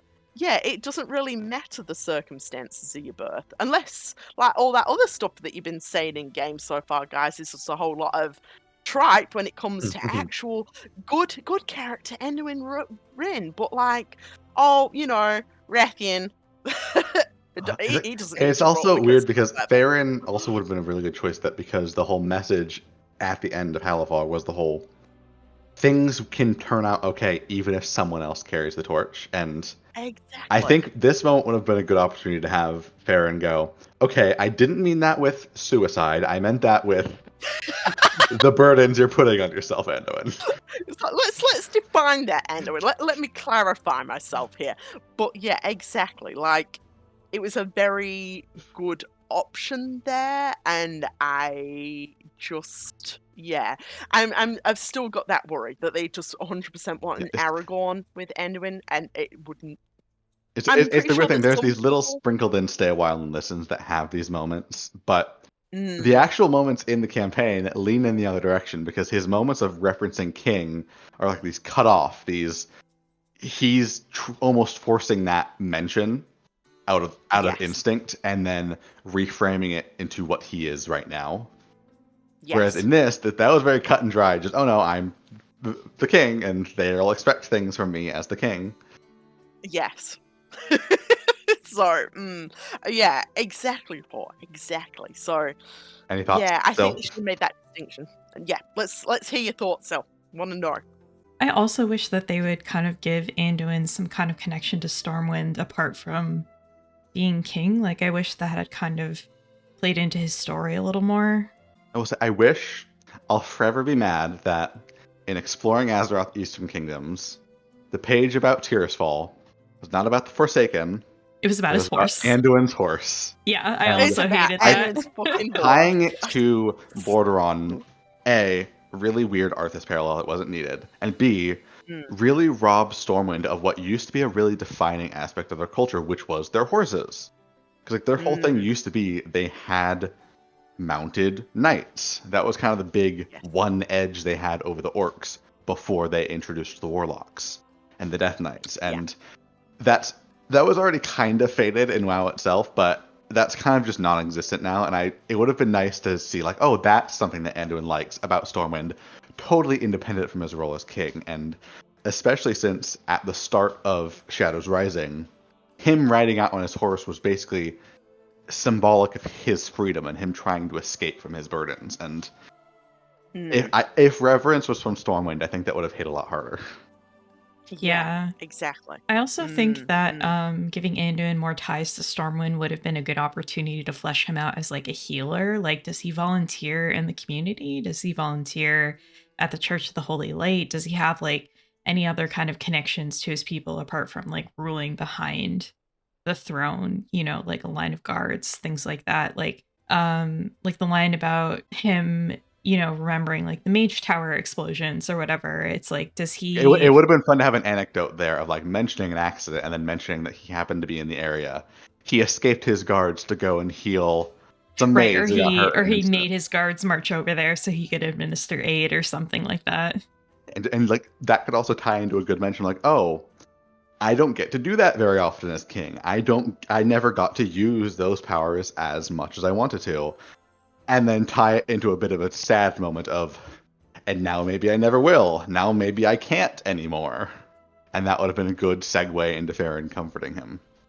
Yeah, I feel like I always kind of want Anduin to become like more of like a man of the people, kind of like in that way, to kind of like distinguish him from Varian. Like, I want him to have more practical experience with like dealing with people one-on-one, because he's known for being a diplomat and a healer and all this stuff. So it's like presumably he would have good people skills and be kind of like, you know, good at kind of dealing with people one-on-one. And I wish that's something that we would explore a little more in Warcraft, I guess.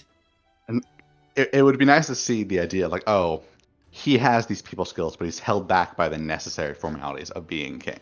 Right. And that's not to say he couldn't still have his awkwardness, like the class differences and friction and stuff like that. But ultimately, what is he this would copper feel... you talking about? Copper? What? Like, how much could a banana cost? Like 1 gold? Which it still astounds me that there's that one piece of lore from vanilla. Like, oh, a farmer's whole year worth of earnings is 1 silver. Oh, like, jeez. That's some insane money scaling. Wow, that's desolate. Oh, you can see why they rose up. Yeah, I can understand why the Stonemasons Guild became like what it was. Especially when nowadays we're dealing in like millions of gold as the player. Yeah, I actually think Edwin Van Cleef should have been harsher.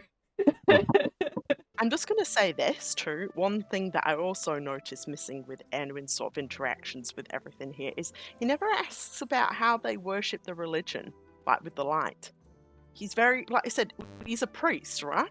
But barely any of his priest sort of element comes up here. And that actually reminded me, so when you were like, so what else does Anduin do? Like, how else does he interact here? He never asks to see any of the churches of the light. Well, so that's one of the things that I've always found interesting is he has that one moment in 7.2 in his Broken Shore questline where he's praying in the church, but nothing's really coming to him. And I wish they could have expanded on that moment more of showing that Anduin didn't really learn how to connect to the light in a human perspective. He learned it from Velen and the Draenei. Yeah. And he's that's part of why I've always been an advocate of Anduin has never been a paladin, because Anduin is not even part of the Church of the Holy Light as a priest. He's not a part of his own kingdom's organized religion. And if anything, his one interaction with them ever was a lot of standoffishness with Benedictus during Varian's short story.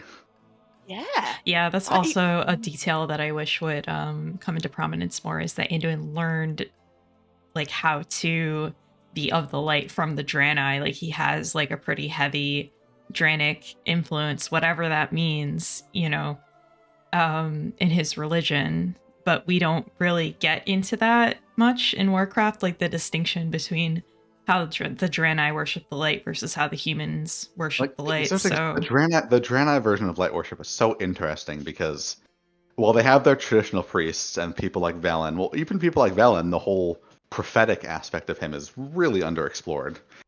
And also just like, oh, they basically have light-sanctioned shadow priests with their soul priests and the Akanai.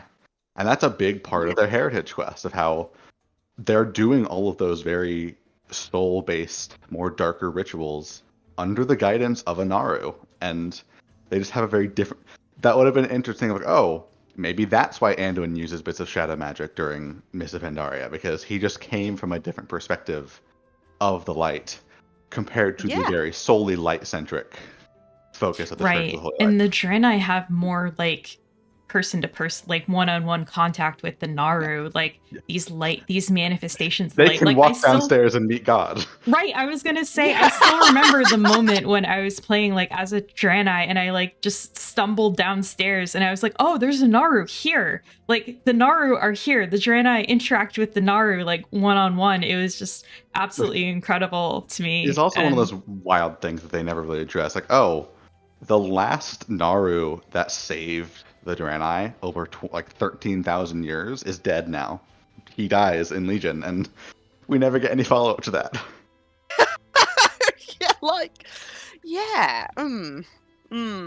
Anyway, many questions. Anyways, that's basically the Draenei's reaction to that. TLDR, I think Anduin would be like a little bit of a weirdo, even though I still see him as a man of the people. Like that would be one of those fun things of if Anduin gets to eventually be free of the crown. That's part of why I love that path for him, because one of the main reasons I dislike the idea of Return of the King and him just hardening to be like Varian is that it's kind of just a narrative dead end of he becomes the good king, he becomes the hardened king, he is good now, he solves all the problems, which is basically just what he did in BFA, except minus the sadness, so he's even less interesting. Whereas if you take him away from the throne, there is a world of potential for the question of what next, of how does he interact with the people of Stormwind? What does his abdication mean for the people of Stormwind? When he wants to go interact with the church, not as the king, just as himself, will they be awkward about it? Will they be awkward about this former king showing up? Will they be kind of annoyed of, hey, you were a priest your entire reign, and you showed up once when you were sad about your dad, and that's it. If he goes to Northshire Abbey, will he just not understand the customs of the church because he never had the time to really look into the customs? He kind of learned it all on instinct from Velen.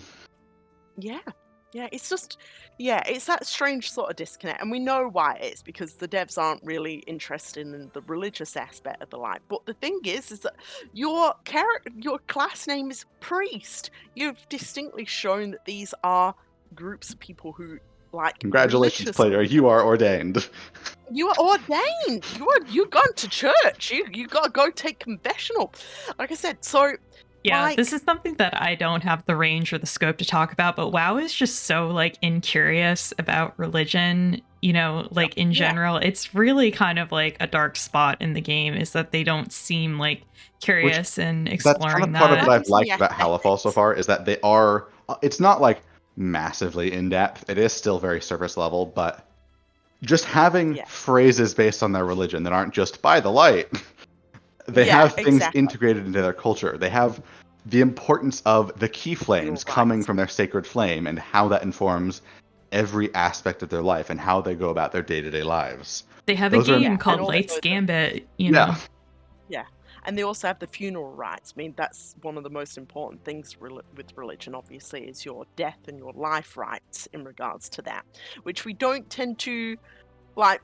I suppose, like, there is, like, graveyards for Stormwind, but we don't know whether that's actually... We had an entire expansion where we went into the afterlife, and we came out of that still, like, not more knowledgeable with how the races of Azeroth and the different religions of Azeroth think about death, feel about death, how that it's was wild because changed. there was a perfect character to explore that with in Uther of humans think they go to the light when they die, Yeah. especially paladins, and it's people like Alexandros, people like Uther should have had some pretty major crises of faith of, oh no, our entire religion is wrong.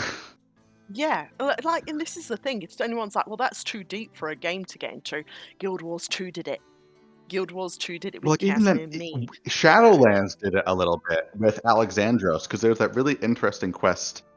I think it was in the Necrolord questline where after you help with the like routing them from Bastion, you go to that little remembrance site with Alexandros, and he has these very valid questions of like, why did I go to Maldraxxus and not Bastion or to the light? Was it because I was tainted by undeath? That's a very valid question to ask that is really well informed by the history of Azeroth and the history of the character. And nobody else ever really asks those questions. And was it ever answered? No, it's answered. The questline answers like, oh no, he goes there because his memories are his strength rather than his burden. He goes to Maldraxxus because the person he is defined by his ambition, his desire to protect his family, his desire to live up to what his son expects from him. Yeah. And that's a very good quest line. That's a very good reason for explaining, okay, even though this guy was he was like the traditional paladin in life after Uther, that doesn't necessarily translate to your afterlife in this system, which in some ways is kind of fucked up, but that's a bigger Shadowlands issue. Yeah, exactly. And yeah, I know it's complex, and like I said, and what we're just asking here, but again, I think just to conclude, so we can sort of like have a look at Enwin's next sort Move of things on to the here. second dialogue option. Yeah, it's very strange, Enwin's disconnect with like both him being a priest, his strange disconnect with like how we're relating Stormwind directly to him being king. And it's like the elements like that. He talks about the things that he misses about Stormwind, and he still doesn't mention the Church of Light. So again, he's very disconnected from like his. I would hope that the light and being a priest aren't directly to him linked to his kingship. I hope that he sees that something so important to himself. Well, that's the thing. The whole origin of him becoming a priest was him going against his father. It was him going against the warrior prince successor that Varian wanted him to be. Yeah, and like I said, when we talk about Stormwind just then, he doesn't even bring that up, like the peace that he found in like the Church of, the Cathedral of Light. Like it's like the festivals and the food. It's like, okay, cool. In fairness, but like it might also be incessive to go, hey Anduin, what's it like not having the light anymore? Oh yeah, true. But I suppose though, is worship. I mean, like, what if you aren't a person in the World of Warcraft? That should be a horde only option. Horde only option can ask, hey Anduin, what's it like not having the light? The light. Give him the middle finger. Anyway, but like, and then in turn, Alliance characters can go up to Thrall one time and go, hey Thrall, how are the elements going? How are the elements going? Be a dick to the other faction. But like, as an aside, what if you're a person within Azeroth who can never really channel the light, but you're religious? Yeah. Does that make your religious That's worship one of those less interesting important? things, like, oh, in a world where religion is not this conceptual thing like it is in real life, where in real life we operate solely on faith and solely on our belief that the tangible things happening around us are a result of this higher power that we only believe exists because of our faith that it exists. In WoW, there is very physical proof of the things people worshiping existing. The wild gods actually exist. The light actually exists. And we never really examine how that might change. In fairness, that's an issue with a lot of settings. That's not a WoW specific setting. A lot of settings have an issue with examining how people, especially people who don't physically wield those powers, interact with their faith. And I think like the one aspect WoW has done that well with was like the Night Elves in Warcraft 3, where they're all Elune worshippers, but you can very clearly tell in Warcraft 3 that Malfurion is not really devoted. Malfurion is not a servant of Elune. Obviously, culturally, he was raised worshipping Elune. That's a big aspect of their culture, but he is very much willing to take charge on his own terms, and his relationships to people like Ysera, people like Cenarius, because those are the things he worships more. Those are the people he's friends with. Whereas Tyrande, every action she takes is in accordance with her worship of Elune, and ultimately her iconic line, "Only the Mother Moon may forbid me anything," where when she makes a choice, the only person that will stand in her way is the literal goddess that gives me the power. Because if the goddess doesn't give me the power, then I know I am going against my goddess. And that's a really good tangible effect of these people act in accordance with their gods so stringently because their gods have given them not just physical proof, but the ability to control the power at the disposal of that god. And it's interesting to contrast that with people who have faith but lack that ability. Are they going to question, does the light not love me? If someone goes to church and wants to be a priest but they can't, how is that going to shake their faith? Could that be what leads to these cults like the Order of Night? Could that be what leads to the Twilight Tamer cult? Exactly. Is the shadow more easier to converse with than the light? We never really know, do we? It's like, it's just one of those unknown sort of things there. And like I said, we could really use Anduin as a sort of at least some sort of like porthole to see into those things a little bit more. So like, I don't know, I think they sort of missed the sort of chance to discuss like Anduin's faith without the light actually coming to him, but he could still like note the importance of those sort of things to him as a priest. But like I said, I think that they're like, oh, Paladin Anduin is the, as much as we all hate it, kind of Stormwind Paladin rides again. Sort of calls to him too, but even then, that doesn't even touch on his worship, or at least Paladin sort of doctrines. So, I don't know, I'm just shrugging here. So, that's, so, and like I said, it's also one of those interesting things where in WoW, like, the traditional thing with light versus dark is the Star Wars of the dark side is not stronger, it is easier because it is much easier to give into your emotions. Whereas it takes more discipline to call upon the light side. But in WoW, it's almost kind of the opposite at times, where the light is much more spiritual and much more emotional, whereas the shadow is much more psychic. It's more on the mental side of things, and having the mental acuity to use this power without giving into it.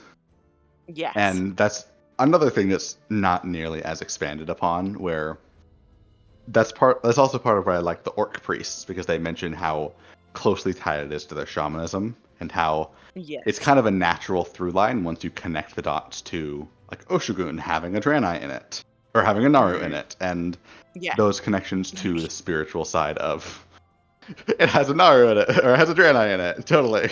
Yeah, exactly. It did at some point. Yeah. I love how we're like, it had a Naru, Draenei. Naru, Draenei. Because it's been used to so many people to worship. But yeah, like, agreed. And the thing is that like, just to kind of conclude there's so many interesting things you could touch on here with Anduin and those topics, but instead we're focusing on the whole kingship rather than Anduin studying his relationship to the light, but instead it's all interlinked with him being king, and being king means being in Stormwind. I'm gonna say this: you can separate the kingship from all of that. Like, we should study my these major outside of, cope is that is the point here, is that Anduin repeatedly attaching his self-worth and his faith to his ability to be king is the flaw to get over the course of the saga, is realizing that he doesn't need to live up to the expectations of the perfect king that he had been, because despite what Blizzard sometimes forgets, Anduin was abjectly miserable as king. And he was trying to uphold the idea of this pure, virtuous, good king who knows when to fight and when not to fight at exactly the right points, and it was tearing him apart. He was doing it, but it was really straining on him, and now he's kind of lost that, and he doesn't know how to get back. But he's not asking the question of, should he get back to that? Does he need to get back to that? Is he the person who needs to take up that mantle again? Exactly. And like, this is why I always say returning Anduin to king is a narrative like quagmire / it's going to basically turn Anduin into a static character again, because this shit is just going to happen again. He's going to have to order armies again as king. He's going to have to. It's like, well, this time it's against a good enemy, like a proper enemy.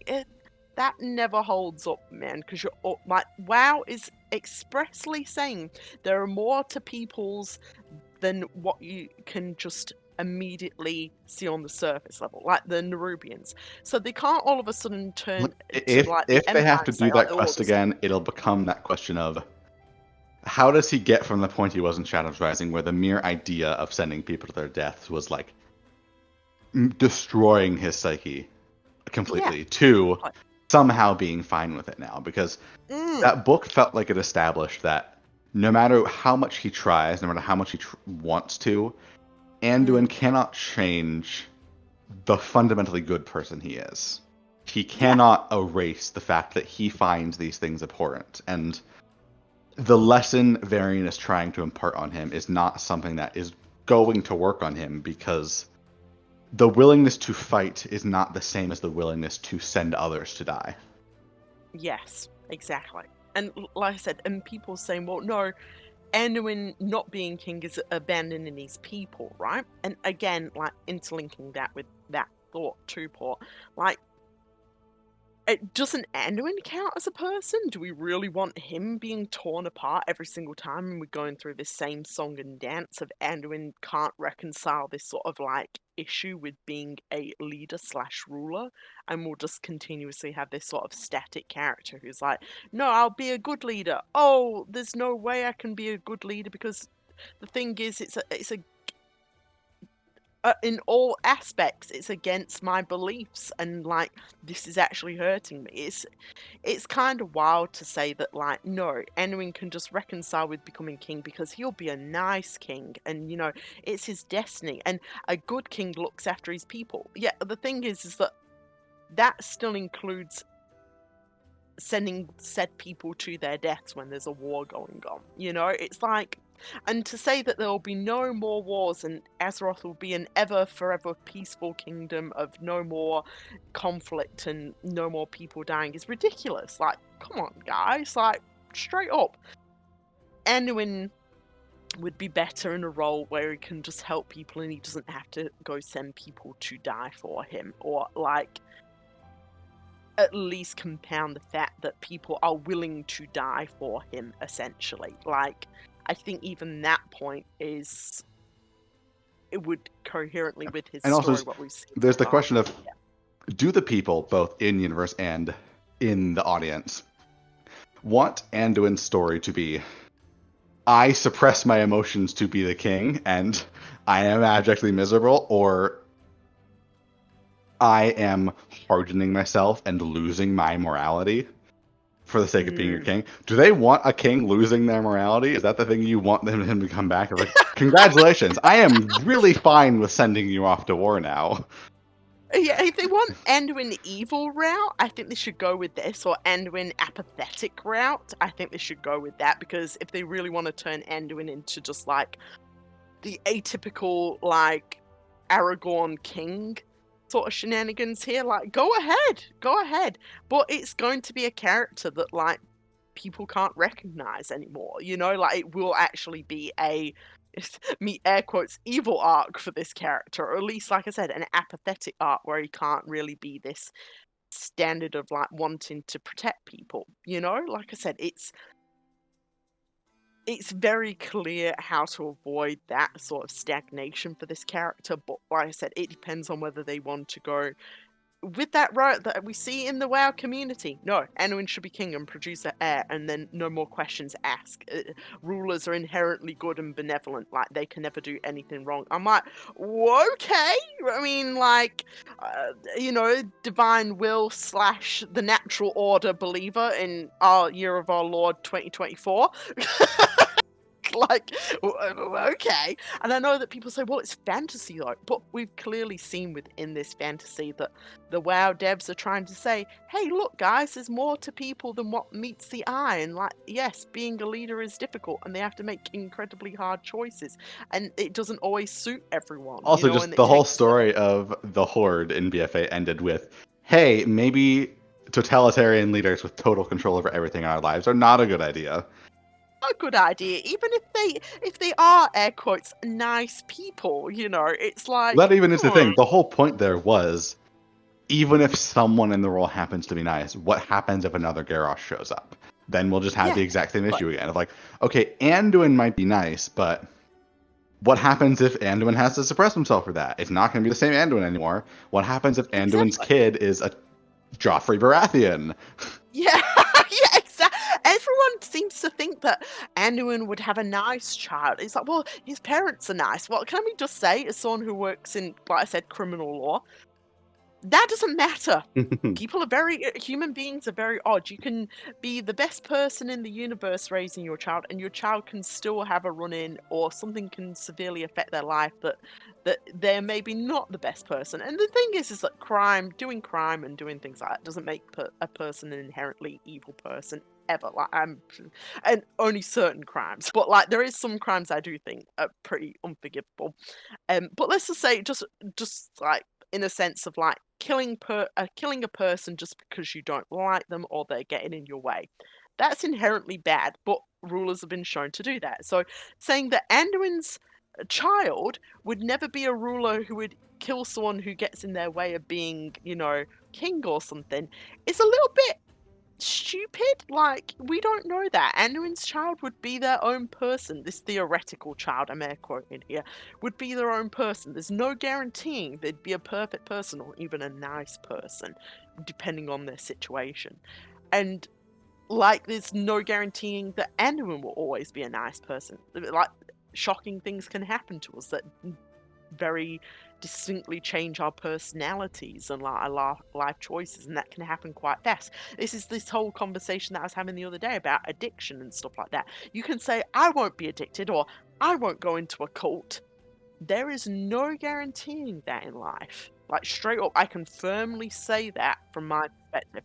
But like, straight up though, like that, it's like this belief in the utter goodness of a ruling monarch. It doesn't work like that. So anyway, but shall we, after all this now, should we get to Enwin's next choice? I feel like we still got to. Okay. Let's talk. And talk talking about board about, games. ironically enough, parents and genetic similarities and this sort of weird belief in the community. If Anduin had a child, the child would be perfect, or Anduin will be perfect for the rest of his life and never make any mistakes. You seem to like board games, Anduin. Let's all click on this choice right now. Inspire others to do better. Anduin chuckles. My father would play with me sometimes. We'd go to the war room and he'd let me play with the figures.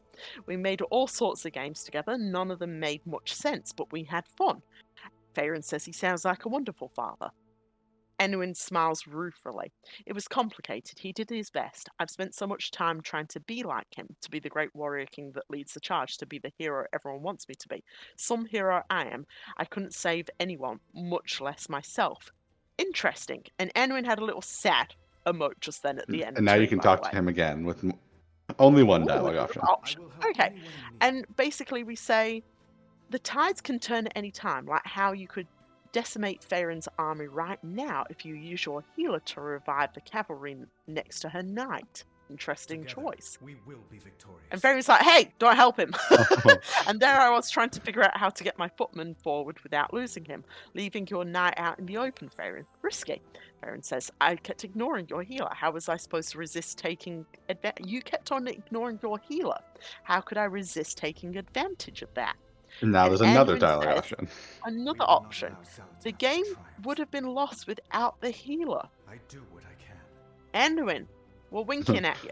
And Faerun says, player character is right. Things change if you make the move to change them. So what is your move, Anduin? Anduin looks between the two of you for a long moment, then smiles slightly. I'm here, aren't I? Perhaps the move has already been made, but I will think more on the next one. So, dun, dun, a dun. very good segue from all the stuff we just talked about. Yeah, there we go. Very. I'm not going to say unsubtle, because that was actually very subtle in the way of parallelization, rather than just outright saying it, of the parallels of, in the game of chess, Anduin is right now neglecting the role of healer he once had, the role that actually brings him fulfillment, brings him victory. He's instead focusing on the commanding role. He's focusing on trying to be like Varian. But The leader. when you actually look at how things play out in action rather than the thing he's trying to be, playing the healer is the thing that gets him the best route. Yes, exactly. And you see, this is like our previous options were like, I really like this one. Again, I feel like I'm being teased here. It's like some options I'm like, oh. That's part of why I And then have I that get this option, I'm hope like, of surely what they're going for is the idea that Anduin is just thinking he has to be that king role, and certain characters around him are reinforcing that, like Magni, because Magni doesn't really have a perspective outside of that. Magni is Yeah. also a king. Magni is very concerned with his own succession and all of that. That was a major character flaw for him that was not yet resolved at the point of that conversation. Yes. Yeah. And so exactly. my hope is that the fact that these conversations are being mentioned and reinforced in a way is more just to extend the issue, and then conversations like these are planting the seeds in his head of, but maybe you don't have to be. Because ultimately, Yes. coming back to it, this arc of Anduin's post-domination really started with Sylvanas. Not even the 925 stuff. The stuff in 9.2, when they're in Bastion and they are trying to cleanse the shards of the Helm of Domination to make the Crown of Wills, and Anduin can't do it. It is Sylvanas that guides him out of that. It's Sylvanas guiding him with those concepts of, she found her way out of it through her purpose in life. She found her way out of it by, in her case, it was that singular drive for vengeance, and that is what she thought she needed. And in a way, it did drive her out of that. It drive her out of the control others had over her, but it also drove her to places that weren't the best for her or for others, and that ended up helping Anduin snap him out of it and help with the helm. But that then leads into their conversation in 925 of, he's then talking to her about the expectations others have and what he thinks he needs to do to get out of it. And she questions that in the same way she questioned her own way of what she thought she had to do in the immediate aftermath of what she experienced being dominated. Agreed. And yeah, it's really one of those complex things. Like you said, Port, like there is these very strong hints within the actual text, but I still feel like maybe the devs are testing the water in regards to that. But the thing is that your strongest story is here. I wouldn't say even test the water to see whether your players totally like it. It's like, from a narrative standpoint, it's like, do you want to use this character in the future for interesting stories? This is the route that you're going to have to do. And you're going to have to deal with some fallout in regards to that, but it will create the stronger story. Like, this isn't just like a, will this work? I'm like, no, this 100% needs to happen. You can't just keep on having Anduin as king, because you can't write a future story of Anduin exploring or Anduin going and doing this. If he is king, he will have to go back to Stormwind and sit on that throne and not do anything and just be like a sometimes quest giver. You can't have him in future stories. You can't have, this is the thing. Like, and I know that, like, well, we did it with like Shadowlands and all that. And I'm gonna say, well, look at how Shadowlands turned out. Look how BFA turned out. You know, like, he's going to be a very biased character. And if you want to start moving him from that, and even like overcoming those biases and seeing how the Horde would react to that too would make an interesting story. Like, if he is no longer king, it's there for them. But whether they're going to take it or not, I'm hoping that they will. I'm hoping that they will, and I'm agreeing. I'm being hopium with everything you've said there, and I'm going to ask this to Sil too. Like, Sil, would you say, from what we're getting from these little hints, it's like they're trying to test the waters in regards to that, or do you think it's pretty? Do you feel it too? Do you feel it? Do you feel that, like, change in the water? Speaking of Lord of the Rings references, I feel it in the water. Do you? It does kind of feel like a change from what they've been doing since, I guess, that opening cinematic for BFA, but I'm just like, I feel so burned because for such like a long time I was like wanting that kind of story for Anduin, and I just feel like everything that they have done with his character has just been leaning into this Dragonflight was idea. very depressing with the human heritage stuff. Oh no, Anduin did all this amazing stuff off screen, and he's an Right. amazing thing. Even his most abject hater is going, oh no, he's actually great though. Right. Yeah, exactly. Vanessa, what did they do to you? I'm so sorry. Yeah, I feel like Dragonflight went in with like a Anduin should be king, right? And no one liked that. Like from like actual a lore perspective. Like I know that some people are like, yeah, no, Anduin should return. I said, but from like the Vanessa thing, you can feel how awkward it feels like other characters reinforcing that Anduin's such a good king, and it doesn't feel natural. And I feel like even the most like Anduin must return to be king lore enthusiast can't really. I don't think they have a leg to stand on with making characters say stuff like that, because and from a perspective of what has happened as Anduin as king, it's not good, my guys. It's like, it's not great. It's not great, not gonna lie. But yeah, it's at least there's those hints. So I feel like Dragonflight was a bit depressing in a sense, like Anduin's gonna be king. At least this is giving me a bit of hope, I'd say. That's why what I really like about the War Within. As much as I tried to argue, nah, like no way, they're just gonna have him back as king. I can't help but see the sort of like at least interest, like the slight bit of interest, whether it's like an internal change within Blizzard at the moment after Dragonflight, or like a little bit of like response to like seeing what people's opinions of that might be, that they're like, oh, well, how about if we give it a try? Good. I'd say keep on giving it a try. You'll start seeing people want to engage with this character more in stories as we move him away from that sort of kingship, one would hope. And as well, like, Yeah, like I do really like the stuff that they're doing with him now. I would like to see that continue, but I feel like I need to see it continue for a little bit longer before I can safely be like, okay, I think that's where they're going with Anduin. He's not going to just like wind up as like Varian 2.0, but you know, with a light flavor to him or something like that. Nice to them, rather than the idea of testing the waters, it could be they have a set route in mind, but they want us to consider the possibilities by showing Anduin being conflicted between them and Anduin not really knowing the path. I think that's being very generous, given they did not plan anything in base War Within with the future World Soul Saga in mind, but it's a possibility. Slim, it's a but a possibility. Yeah, like I said, it does feel like they're kind of going, what about this? And like I said, I wouldn't mind, that is a very, very far end game, if there is a group of characters with both characters from the Horde or Horde aligned characters and characters from the Alliance or Alliance aligned characters, like Faerun. Faerun is an Alliance aligned character. Let's not mince words here, very much so. Have them as their own little group. Sons of Lothar 2.0, Guardians of Azeroth 2.0. Well, it's never been a 1.0, but you know Let's call it the Daughters of Lothar this time. Daughters of Lothar, that's it, yeah! It's a quality Ariana Grande gift. Anyway, so, yeah, like, I wouldn't mind that. I know people be like, oh my god, cheesy. Oh, when isn't WoW cheesy? But at least that would provide an anchor group of characters. And again, we've noted how well anchor groups of characters work in other MMOs, Guild Wars 2, Final Fantasy 14.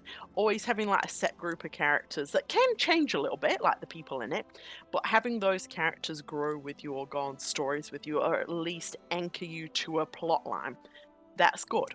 I wouldn't mind a little group like that with, and plus as well, having it from like both factions can have inter-group conflict, which creates interesting stories. Correct, it's like perspectives. You can, again, much like the heritage quest, you can provide like cultural understanding through said characters, like not knowing about the other person. It's a lot of good stuff there. But anyway, I am hoping that Anduin does join like something like that in the future. So anyway, I know, like I said, I know cheesy, but also with Cell here too, do you like how it does define in that little conversation just then Anduin away from Varian, like Anduin and Anduin and Varian's relationship is still kind of tense, when I feel like in previous expansions they did try and play it off as like, yeah, they had their differences, but they were BFFs. I feel like that was a little bit more tense with Anduin and Varian. Like the smiles ruefully. Like he's like he tried, but you can't really reconcile that Varian was a good father. It's that interesting where Varian got his good ending with Anduin. Of he learned from Anduin, Yes. he learned to be better because of his son. Anduin did not get that with Varian, in part because he died, but Yeah. also Yeah, because he didn't. I don't think the lesson Varian wanted to give Anduin was really whole, because there is that idea. That's the thing people always point to when they say that Anduin should become like, oh, that was Varian's last thing. Of like, oh, what a king must do. Of, oh, you must be willing to fight. But the idea of what fighting means is very abstract. It's not just doing what Varian did, because doing what Varian did is not learning from Anduin. And just the fact that Anduin knowing what fighting means, fighting for Azeroth, fighting for the people, does not need to be being the commander of their armies and sitting in Stormwind where they're sent to their deaths. Yeah, exactly. And so, I heard you were gonna respond to my question too. How do you like that relationship at that point in that conversation from Anduin and Anduin's perspective on Varian? I really like it a lot. It's like everything that I've been kind of wanting from how their relationship is kind of like viewed or depicted in game as this kind of like complicated thing. Varian wasn't the perfect father. He was really far from it. Anduin did his best to be the perfect son, but his father was broken. His father had a lot of issues. They both had different worldviews, in terms of like their philosophies with like, how they kind of dealt with the world, how they kind of saw the world. So I do kind of really like that kind of bittersweet, like, well, we had fun, but he did his best. It was complicated. That's exactly like how I wanted their relationship to be depicted, because I feel like it is too easy to kind of like see it with rose-colored glasses and to kind of just look at the tragedy of like, oh, Varian, he died too young, blah, blah, blah, but he was like a really good father. Anduin only has good memories of him. Like, that's one of the things I really like about their relationship, is that it was so complicated, and that their relationship was so fraught, and they had like a lot to kind of overcome. And the fact that they kind of like came to that understanding when Anduin was older, Varian was like also older kind of later in life. I feel like that kind of like makes their relationship a little more powerful than if everything had been sunshine and roses. So I really like that a lot. I'm very happy with that. And especially if we consider Wolfheart as canon, because I've talked about this before about like Varian assaulting Anduin. And I know people probably gasp in the audience. Varian did assault Anduin, and I mean, I'm going to talk as a lawyer here for a second here. That is still child abuse. Like, even if Varian didn't mean it, like, even if, air quotes, he didn't know his own strength, Varian knows his own strength. He grabbed his child and he hurt his child. Like, that's a lot for a child to overcome with a parent. Like, actually being, like, having a broken arm, your father grab you that hard that it breaks your arm. That's very traumatic. Like, high-end traumatic for a child. Yeah, it's traumatic. It's a horrible thing to have happened. There's like no excuse for it. Like, there's a reason why Anduin, and I know people be like, Velen kind of took Anduin under his wing, and why Anduin, decided to leave was because of that. So I don't know. I thought that was like a really interesting catalyst for Anduin's decision to become a priest, or the first step towards him becoming a priest and learning how to be a priest. Exactly. And like I said, like, even if people may have just heard that and been like, well, Varian didn't mean it and stuff like that. Again, like, he still laid hands on his child. Like, he grabbed his child with considerable force. And the thing is that, like you said there, so that was kind of almost a catalyst to Anduin taking kind of first steps to be truly becoming a priest. And I feel that also provided Anduin as a sense like he can exist away from Varian as his own person, that sort of distance between him and Varian. So I think that's a really interesting thing, and I'm glad that they brought up that their relationship wasn't all sunshine and roses. Ooh, Dad, you're the best, you know, or even like, oh well, Dad wasn't the best, but he, you know, It's a he cats tried, in and the like, cradle and type relationship. yeah, Very sad. exactly, like, yeah, and the thing is that a lot of people try and create excuses for that, and I do think Anduin is a little bit like excusing Varian a little bit, you know, but he loves Varian, that's the thing, and that is a complicated relationship to have as a child. Yes, your parent can do awful things to you, and you can still love them and still, you know, respect them in a way, but there's no erasing the awful things that they may have done to you. So, like I said, very powerful, and it's good that it's been recognised in game too. So I'm thumbs up him, thumbs up all round on that one. Okay, are we ready? Yeah. For the last For the option big one, here. yeah. And I'm gonna hold up a finger here, and I may be wearing a tinfoil hat here, tinfoil hat here. I do think that this option was put in a little bit later. I think I will the say, game. I hope your perspective on the idea of connecting the board games might have changed, because clearly there is a purpose for that board game mention, and it was connecting to the board game they're playing now, connecting to Varian, and Yes. the expectation he has. I don't think mentioning Rathian would have fit in that conversation. Yeah, exactly. And I'm like I said, I hope I'm wrong. This is the thing when I'm always talking. I'm like, I do hope I'm wrong, right? That's what I always hope that in my goal in life, that I'm proven wrong more than I'm proven right, because I do have a very critical point of view, and I'm often a little bit of a pessimist, right? Not in a bad way. Pessimist is a bit too strong of a word. And I'm sometimes a realist, air quotes. I'm a little bit like, but it doesn't bother me, but I just try and look at things from what we've seen earlier. And like I said, all three of us kind of know the dev's relationship to Rathian here. I think we're all kind of nodding slightly here. So, like I said, I hope I'm wrong. But this does feel like a late... to me, it feels like a later thought in regards to the options here. But I hope I'm wrong. Anyway, let's click it. Rathian has done much since returning to the Dragon Isles. Have you had any contact? Everyone deserves it. He's tried. I've been dodging do Black what I Talons can. as much as SI7. I know he just wants to help, like the others, but what could I say? What could they say? What could I say? Rathian had his greatest wish before him in the Dragon Isles, to reunite with his flight. The last thing I want would to be to distract him from that purpose. Anduin, says Faerun. Wait a moment, you're friends with a dragon? A dragon? You're just casually friends with the legendary beast known to scour the lands and grant wishes. Anduin blinks, then laughs. I don't think Rathian would be keen on either of those things. He's self-centered and boastful and... a good friend that I should not have neglected for so long. We often played a game together, much like this. I think this one is even more suited to his taste. He'd like it. Faerun says, well then, when you go and apologise, you'll have to introduce me. Anduin says, I'm not too sure Stormwind would survive the chaos caused by the two of you in one room. We will not allow And that's selfishness all to the triumph. conversation there. All right, Now- Randuin Nation, how are we feeling? Mixed. A lot more people were a lot more excited about this than me, because as per ever,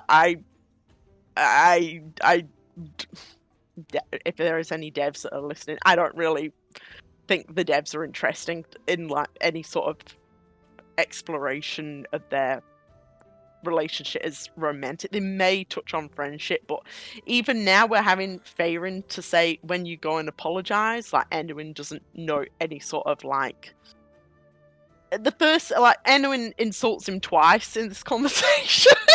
like he says he's a good friend. I will say, I think then- that most just comes from whoever wrote this is basing it on who he was in Dragonflight, which we all have our issues with.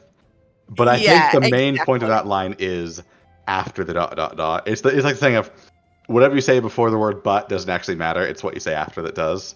I think whatever you say after the long pause is what actually matters. So Anduin's saying the things to respond to her, but then he actually thinks it over and realizes that what he actually thinks about Rathian, which Also, is good for him. I think in isolation, that line makes a lot of sense to me because they're kind of like at a strained point in their relationship. So Anduin is at first like putting on this front and he's trying to be like, well, he's self-centered and boastful and then he finally... This would have been helped a lot by voice acting. Yes, it Yes, would have been helped a lot by voice acting. Yeah, so, but he finally gives in and he admits to himself and to Favorite, like, no, he's a good friend. I miss him. So in isolation, I'm fine with it. I think it makes logical sense. It really makes me wish we had seen some Black Talon in Kazalgar. Like, even if they're not in the main story, just what they used to do in, like, 8.2, where, like, oh, there's just some stealth Black Talon in Najatar keeping an eye on things. I want to see those just in random parts of the world, because they would be doing that. Yeah, I would have freaked out. I would have loved that so much. I would have taken a billion screenshots of like each one and just like imagine if on our pathway into Halifal there is just one stealth Black Talon agent right there behind where you find Anduin. Yeah, exactly, right? Like, it would at least add to it. So it's like, oh, so Anduin shows up in Dalaran and no Black Talon were in Dalaran. You know, like, it's a little bit of an for extending our suspension of disbelief here, right? It's much like SI7. Like, SI7 isn't here either. Like, you'd think there'd be at least one SI7 agent in Dalaran and at least one Black Talon agent in Dalaran. And of course, they could have just died. But supposedly, I know, it's like, but supposedly, like, they're like your top spies in the world. And like, okay, sure. So, I'm sort of shrugging here. So, yeah, I think I'm probably the person with the slightly more pessimistic view here, is in like, it's fine when it's isolated this, but like I said, considering everything in Dragonflight 2, and like I'll go into my complaint about like how this can easily be an extension of Rathian's bad writing in Dragonflight. Well, here's the thing. The absolute lack of any sort of grace that's been extended to other characters in this expansion was not extended to Rathian in Dragonflight. Let's just say that, except in small pieces, which we were just supposed to accept in Dragonflight. And no, I did not accept them, pretty much. So I'm going to be positive first. Let's get my positive things out of the way. Anduin notes that Rathian's a good friend, and he does know that he's been trying to contact him. And it does make sense that Anduin, if we follow on from the previous idea of Anduin not wanting his people to see him like he is at the moment, that he probably doesn't want to meet up with like people like Rathian and show them how he is at the moment, because he has very low opinions of himself right at this very moment. So that all makes sense. I like that. It's a good idea here. And of course, Anduin would be very hesitant at the moment of how like meeting Rathian again would go, because, like I said, it's like I think the proper way to extend an apology from Anduin to Rathian is to say that basically Anduin's been projecting his anger, in a sense, over Varian's death. He doesn't actually think that Rathian caused Varian's death, because, come on, guys, and I'm even saying this if there is devs listening, come on, guys, like, they were kids.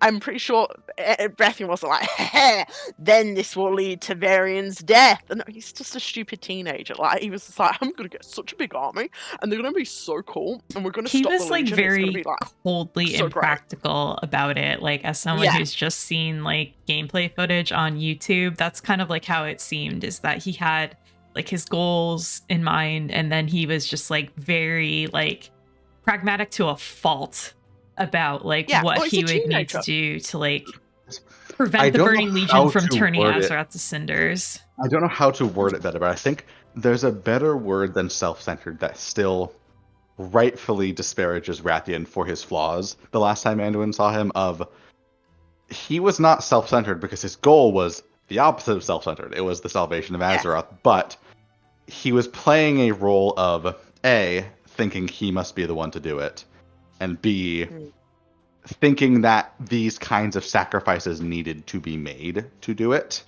And I don't know what the word would be there is of like... Yeah, I know exactly what you mean. Like, a better word than just tunnel visioned, because that's not... that's an awkward word to say, but that's kind of the thing. Rathian was very tunnel visioned there. Yeah. And that was a big thing. I think that's close to like what it is. I 100% agree with you. Like, I think self-centered is like too simplistic a way to frame like what Rathian was in Pandaria. Tunnel vision is a good way. Self-righteous, yeah. Yeah, and this is the thing as well. Like, we see very clearly in Pandaria. This is the thing that I think a lot of people miss with Rathian's character. When he's talking to the Celestials, it doesn't sound like he expects himself to live into a future, which is like kind of a little bit, not just himself, but Azeroth in general. He doesn't expect there to be a world. Like he fully doesn't expect we're going to win. He's fighting despite his expectations. Exactly. So, like, and it's why he's so desperate. It's why he is so willing to manipulate these people, cast off even his friend Anduin in order to do this, because he thinks there is literally no other way. Yeah, and then it's part of our Legion. It's so frustrating that he's only there because he really should have given it. And this is the thing that's also mixed with him being a child. He's a teenager, like the dragon equivalent of a teenager.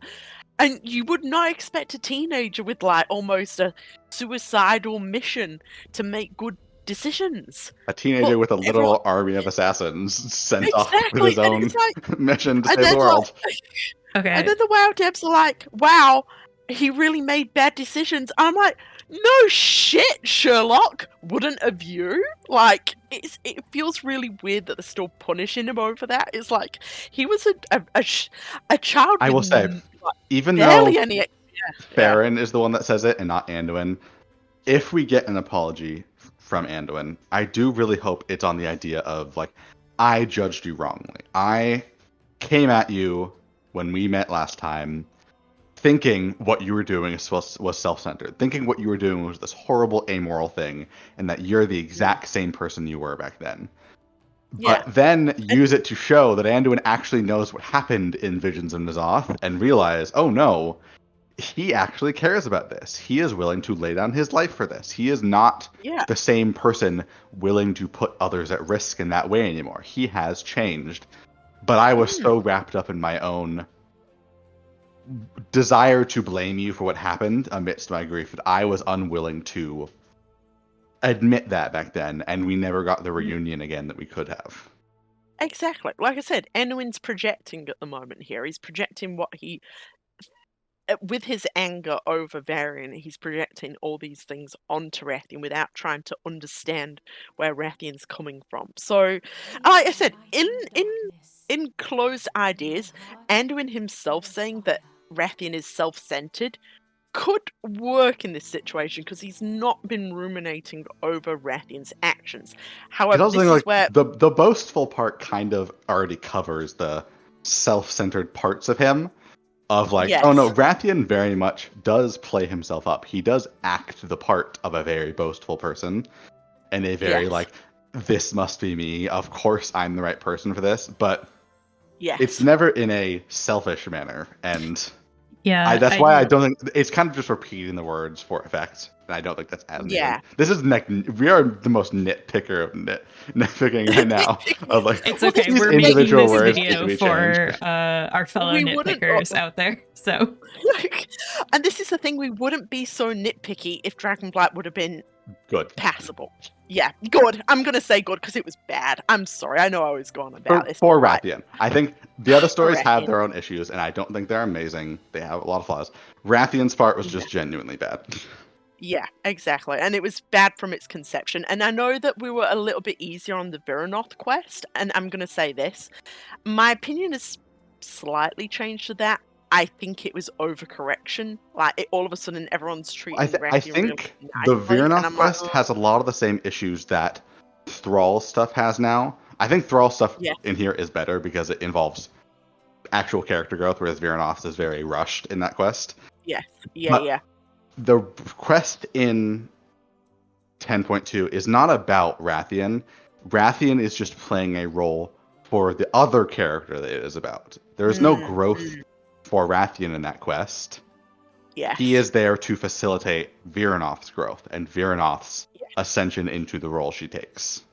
Exactly. And like I said, and then all the other characters just treating Rathian like, oh my god, apart from our player character, which again, that I'm glad that the quest text changed a little bit, but I don't think it changed It changed from the correctly. accusatory part.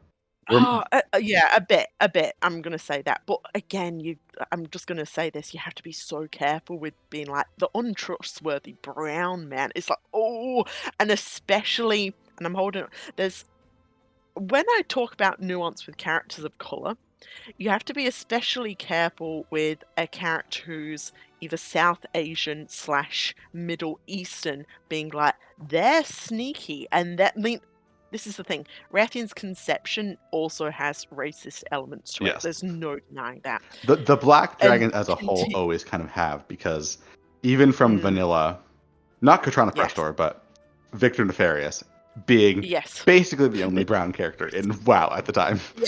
Yes, exactly. Like we've seen this issue repeatedly, and not only that, like I said, I'm just going to say this specifically: South Asian / Middle Eastern cultures they do have this negative connotation of being, air quotes, and now I'm just speaking, swindlers, being miscreants, being thieves. It comes from like almost like both those cultures. Romani is often put into that as well. You'll see this repeated thing that these people swindle, they lie, they cheat, they keep the truth from people. You need to be specifically careful with assigning that to them. It's part of why I love Rathian's new design in BFA, because it keeps the inspirations, especially with the wrap and the tunic and all of that, but it tones back the, oh, he just has a turban on, and he is just flat out wearing Orientalist outfit. Yeah, exactly. And the thing is that they could have kept the turban, right? But you need to pay particular care from the cultures that you're pulling from and see the negative connotations that this character had that inception with, essentially. And yeah, it's for, like we've said before, a mostly white group of writers with WoW. It is difficult to consider all these different things. Rathian's things that you need to avoid are different from Faerun's, like notably, like for all intents and purposes, for I know the smell line is still in game about Rathian, him smelling like spices and sweat and oil. Again, I'm going to reiterate, and this is very I can get things that have been recently discussed, like there was a hospital in it was either in Canada or England, and this happens a lot, where they'll specifically say no strong smells allowed. If you smell strong, you need to leave, or specifically link it to curry or spicy South Asian dishes. This is racist. Pointing out that those smells are particularly strong, or assigning those smells to a man who's a brown man visually. Like, people go, oh my god, he's a dragon. He's a brown man. He's a brown man. And you're saying he smells like spice and oils and sweat. Well, it might not be the same devs. I do think some devs saw that critique, because the Niffin stuff in Ashgahet mostly just ignores their nose stuff, thankfully. There's some stuff about odors keeping off other animals, but there's no like, oh, they're sniffing Gazlo and sniffing the goblins and finding them stinky. Yes, like it's like they've avoided that while doing it to the goblins, thankfully.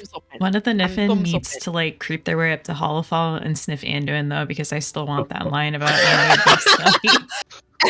Exactly, we still, the white boy can be pointed out as smelly, because we as people who are white don't suffer that same racial issues that people in real life suffer. Like I said, this is, if you're an English person, or if you're a person from like various, like, I don't know how common this is in America, it's very common in England. And like I said, my family isn't entirely white. On my mother's side, her father is Indian. I know I'm a white guy. I know I'm all my melanin has gone out of my body. It'd be funny if we post a picture in this conversation of what my grandfather looks like, because it's like, damn, Sam, where's all your melanin? But no, the thing is that like, you just need to be careful. And especially, like I said, I mean, people who come from England would know this about the smell issues with people who are Indian or Pakistani, right? It's bad. It's still a very common thing that happens there. Like I said, I just literally browsing Twitter the other day, I refused to call it X. Literally, like I said, in libraries, in hospitals, in places where you can rent. like saying curry smells or strong spices is still basically a very passive-aggressive way of being racist. And this is why I was so shocked when I saw it in game. I'm like, this is not just bad, this is really bad. Like, and it was specifically aimed towards Rathian, and it still gets me a bit like, actually like gobsmacked. I'm like, I don't want to go back and do Zaralek Cavern to check whether this line is in there, because it upsets me. No, I don't ever you want to know? go back to Zaralek Cavern. Sorry. I don't like. No one wants to go back there. Like, If I want to go to a nice underground cavern zone, I'm just going to go to Ringing Deeps. yeah, exactly. So anyway, Yeah. I'm just holding up my hands. It's just something to be considered. And It's I know that people hard would argue not to with read that like level. descriptors of Rathian from like Anduin's perspective as, oh, this is Anduin's perspective of Rathian at this point in time, and not just, oh, this is how WoW and the writers view Rathian. They think he's selfish or self-centered and boastful because that's the way they wrote him in Dragonflight, and they didn't get into like, you know, any of the reasons as to like why he might have been acting that way. They didn't seem interested in exploring that. They just It kind of makes like, it a frustrating realization that they weren't seeing as an arc he overcomes, but just as who he is. right. Because, hey, there was no Yeah. arc for Rathian. It was just kind of cut to sudden resolution in the Aberrus post-raid stuff, and then pretend that it's just an amalgamation of who he was before with, but actually develop to not be aspect for reasons. God. Well, we still don't know what was the initiating factor for Rathian to change his perspective after all that. All he'd got was continuously negged, and then like, wow, you're so right. Abyssian was so right in regards to this. And it's like, well, what about his resolution with Sibelian? Okay, well, that resolves one of their tiny conflicts within that. But the thing is throughout that entire quest, there's no point of like epiphany. There's no epiphany for Rathian about what he was doing was like, or the reasons, him looking inside of himself and realizing the reason why I'm acting so, you know, so over exuberant. I'm going to use the word that over exuberant. I'm being, you know, pushy, and I'm being hot-headed, is because I'm not feeling comfortable with myself, and I feel like I'm out my depth. There's no moment for that. And like even the stuff after, like you said, the quest after Aberrus, if we separate those and pull them out, it's like, yeah, these are good quests. However, I don't even like those because they're in there so strangely. It's like, well, you know, this happened to Rathian. I'm like, yeah, okay, so. And then the story has nothing else to say about that. It doesn't explain Rathian's actions because he's not in particularly anything to do with his interactions with his two brothers here. And like even there, Anduin's saying, oh, I couldn't distract Rathian from his I was life actually about to goal mention of that. I reconnecting do think with that family. part is It's like, very intentional in terms of Anduin seems to have clearly gotten secondhand knowledge, and I don't think he really knows the arc Rathian went through during his time on the Dragon Isles. I think because he seemingly doesn't even know that Rathian has left, that he's no longer there. He's no longer with his flight anymore. He has left that behind. So it seems like Anduin very much got secondhand, like, oh, the Dragon Isles are back, the Black Dragons are back. He'd probably just assume, oh, okay, of course Rathian is there. Why would I want to interrupt that? Yeah, exactly. And the thing is that there's also a bit of an oddity in a sense of like saying, well, his life's goal was to reunite with his flight. I don't like Anduin has that sort of twisted there. I don't think that's even correct in a sense of like, I feel like that is more the writers trying to be like, see, no, that is what Rathian wanted to do, and that is correct.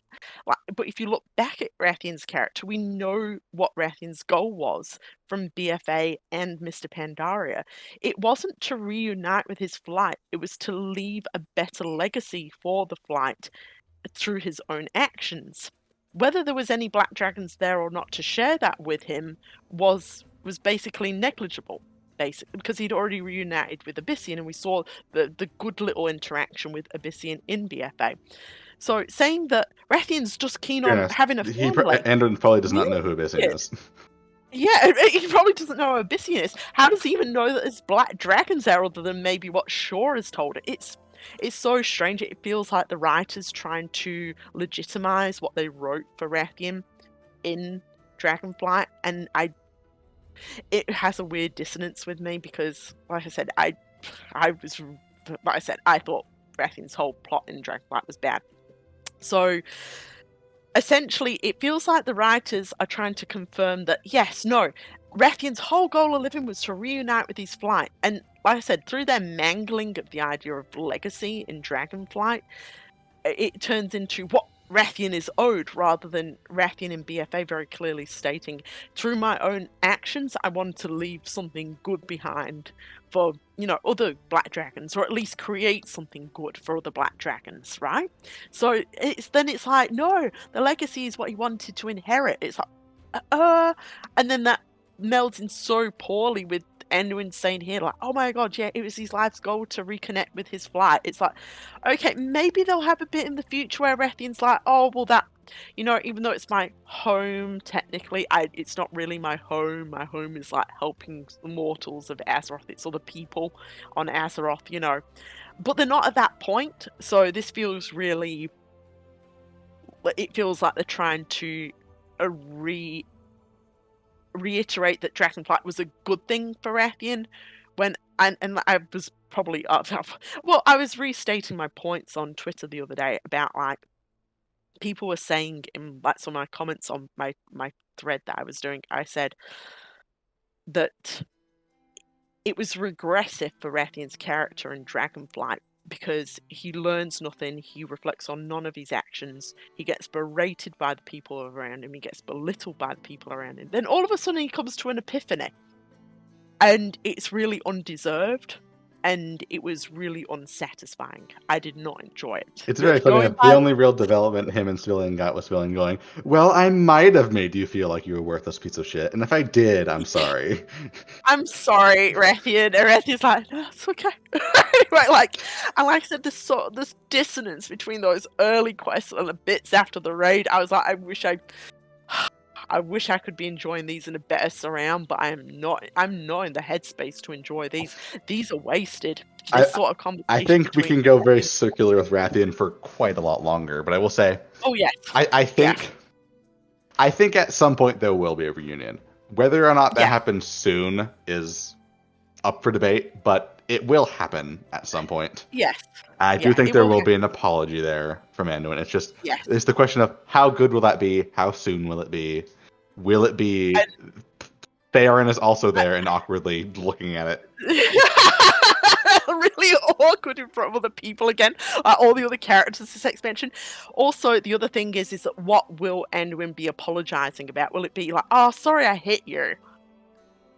That is so unsatisfying. That is so unsatisfying. You need to look at the choices. I was saying it needs to be more sorry for blaming you and then hitting you because I blamed you. And then exactly. I'm sorry that I refuse to acknowledge how you had grown. Yes, and Rathian needs to apologize too, in a sense of like being like, look, we were both boys. I thought that was the correct decision when I was a boy.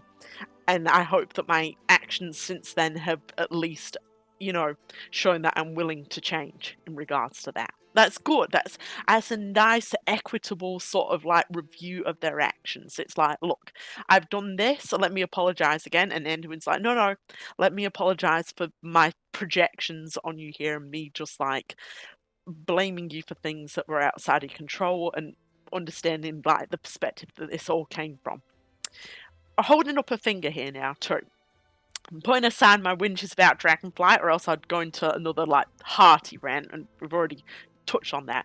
I am going to touch on one other thing too, and I think this will be something that we're all going to got words on. Faerun and Rathian, in contrast to Anduin.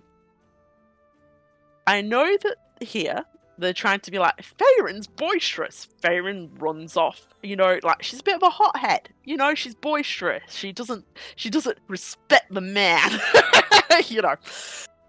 And then comparing Rathian's negative traits of being self-centered, and let's just say that we do know that the WoW devs see Rathian as arrogant, right? Like reading between the lines here, Rathian's arrogant, Rathian's self-centered, Rathian is the chaotic one of the group here. They do need to be careful for future writing for making Faerun and Rathian be the ones like that. Like Anduin specifically saying, Stormwind wouldn't survive you two. And this is all well good. This is the thing. It's fine as a single throwaway joke. But as we've seen with the WoW writers, they tend to make jokes overstay their welcome. And the thing is the thing that they should have tried really heartily try and avoid here is trying to make Faerun and Rathian the loose cannons compared to Anduin. Because again, this is falling into the old trap of Sibelian and Rathian. You're making the two characters of colour the unreliable characters. Even if that isn't your intention. If you're not doing that consciously, you're still doing it subconsciously that these two characters of colour, right? Faerun, who is a black woman, Rathian, who is a brown man, are the ones who are the death of Anduin. Anduin's having to babysit him. Anduin's going to have to put a children's leash on both of them because all they can do is just get up to trouble and cause chaos, and they're so rambunctious, and he's the level-headed one here. Please avoid that. I'm actually pre-warning the WoW devs. Avoid that. It's not good. Again, like you're playing into the thing where it's the two character of colour who are the abrasive ones compared to our very reasonable, very reserved white man who's so like, oh, you guys are so silly, you guys are so rambunctious, you're so sassy, you know. But they need to avoid that with the characters of colour. Because first of all, I'm holding up a finger, you still do not have enough characters of colour in this game. That's the other thing, you do not. Even now, in this expansion, we really only have Faerun. Again, it's just one character of colour, a black woman. You need to avoid, and it's difficult. This is the thing. They've really got themselves between a rock and a hard place in regards to doing this. And this is why I mentioned in that tweet thread. To balance this out, Rathian needs to feel loved in a friendship, in a possible future friendship, because they hint at it here, like Anduin, Faerun, and Rathian in a friendship. You need to make said character feel loved. You need to make said character feel involved in the friendship without being the drain. Oh, Rathian's always getting us into trouble. Rathian's, causing chaos. No one could survive Rathian's chaos. In real life, that can really drain on a friendship group. Like the friend who never really listens, the friend who's always getting us into trouble, the friend who's the more of the annoyance than he is like a love part of our friendship. They need to be careful about that. Just, again, one or two throwaway jokes is all well and good, but again, WoW writers have the strange ability to make jokes overstay their welcome. The Rathian punch, for example. And I don't think that comes from a place of a love of a character. And it may be a little bit upsetting to hear that. I actually think it comes from a place of being very negligent of a character. So, being aware of that, and then being aware of how you write Faerun and Rathian in comparison to Anduin. If it's just Faerun and Rathian out on the town and having a bit of funsies, cool, because it can be like them interacting. It can be them bouncing off each other. But they can't have a character in there going, hands on the hips. Oh, you guys, you're going to be the death of me. Oh my god, you're always getting us into trouble. We do need some moments of Anduin with hands on his hips, though. Yeah. This is the thing. They need to just be very careful of that. And I know that I'm sounding like a bit of a killjoy here, but I'm being a very cautious voice here because, like I said, one or two is okay, but they need to be careful that they don't fall into their own pitfalls. Hopefully, they seem to have learned a lot of issues from not just Shadowlands and BFA stuff, but even from Dragonflight's questing issues of like, oh, the plots are interconnected between the zones now, so just isolated one to one, and the characters have more long-term arcs happening instead of just resolving them immediately. And yes. I'm hoping, and also obviously like, oh, they learned some more cultural sensitivity, and I'm hoping that applies to Rathian as well, because maybe not the same devs, but hopefully it might be assigned to a different dev that perhaps understands the issues that happened. Yeah, well, this is the thing. All I'm suggesting to the devs is that like it hurts to hear that about your writing. Of course it does. But the thing is you can't keep on making these mistakes, especially with stuff that has a reflection upon real life. And it's okay to ask for help. This is the thing. It's okay to ask for help. It's okay to be like, we need a third part. We need a sensitivity right here, and tell them the truth about the situation and how these characters have been handled.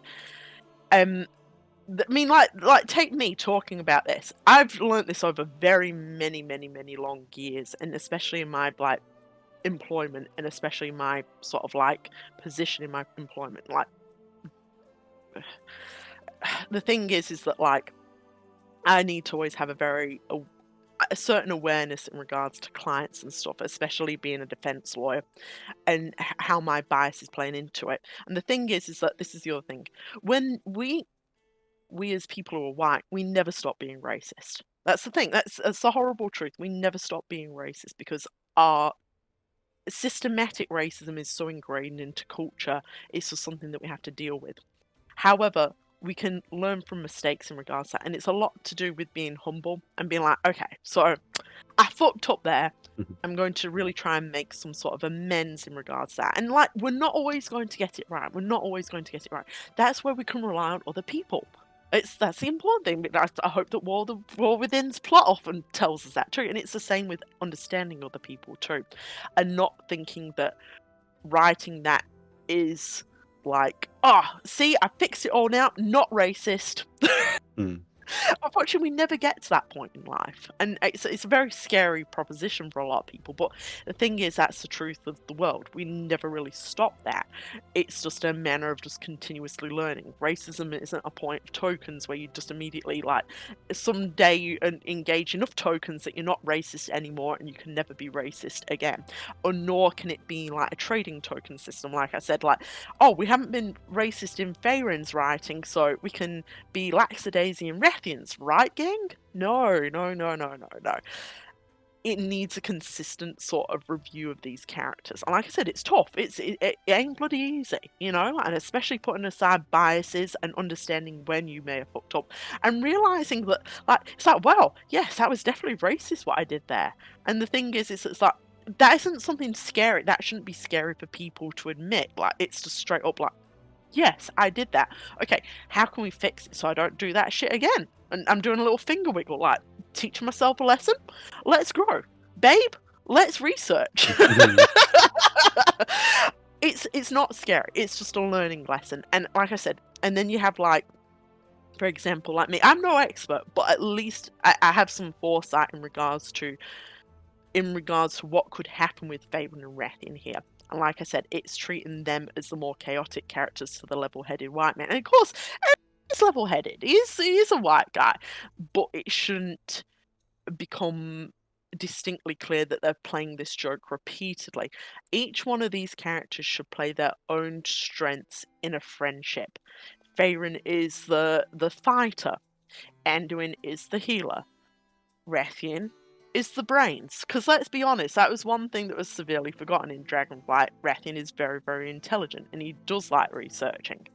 And the thing is that play to those strengths. Of course, they can have silly moments. Remember how the Celestials literally had to blindfold him to put him on an even playing field with the player?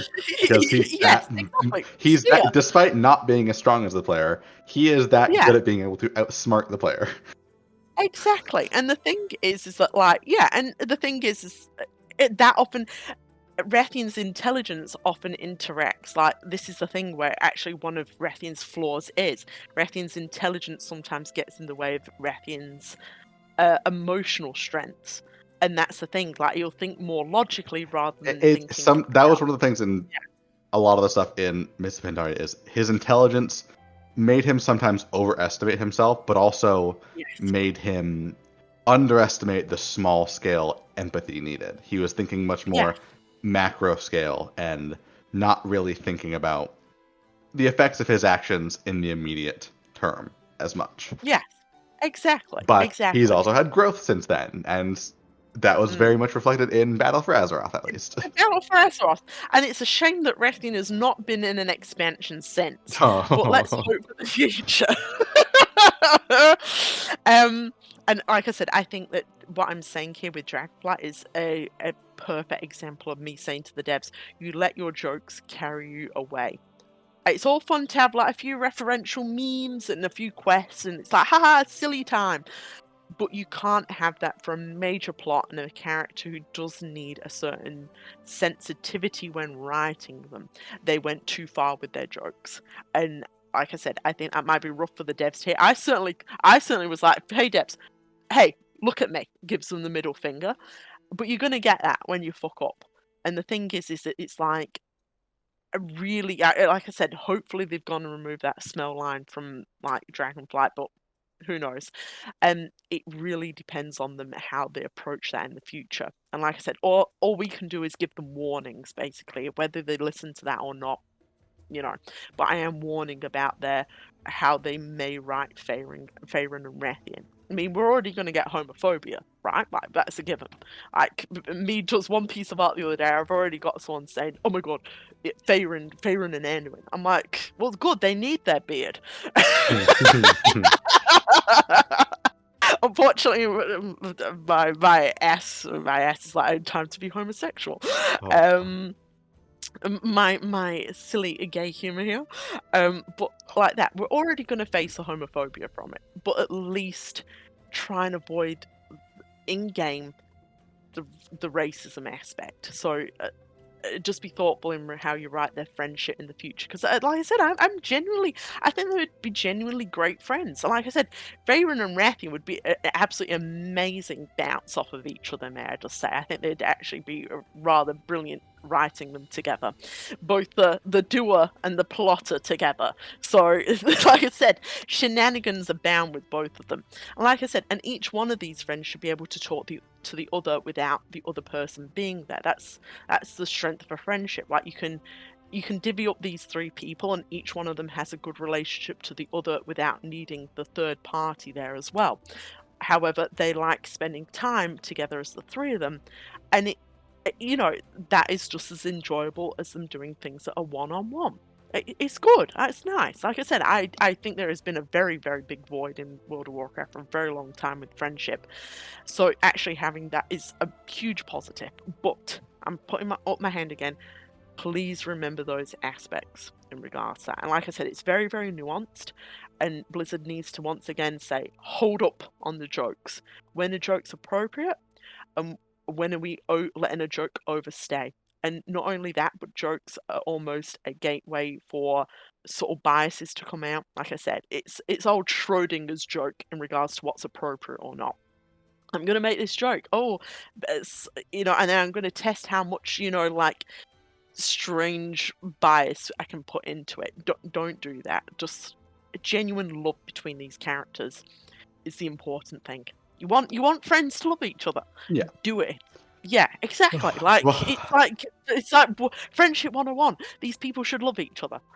So I'm sort of waving my hands here like I'm an old Italian man on his fourth glass of wine here. It's important for those things.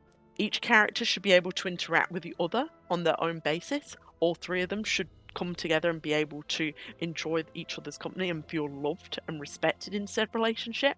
There shouldn't be a character that drains on the relationship or should be delegated as the annoying third wheel. Like I said, you don't want Rathian joining this group and being the annoying third wheel who always gets us into trouble. He's more trouble than he's worth. Then why are you even friends with him then?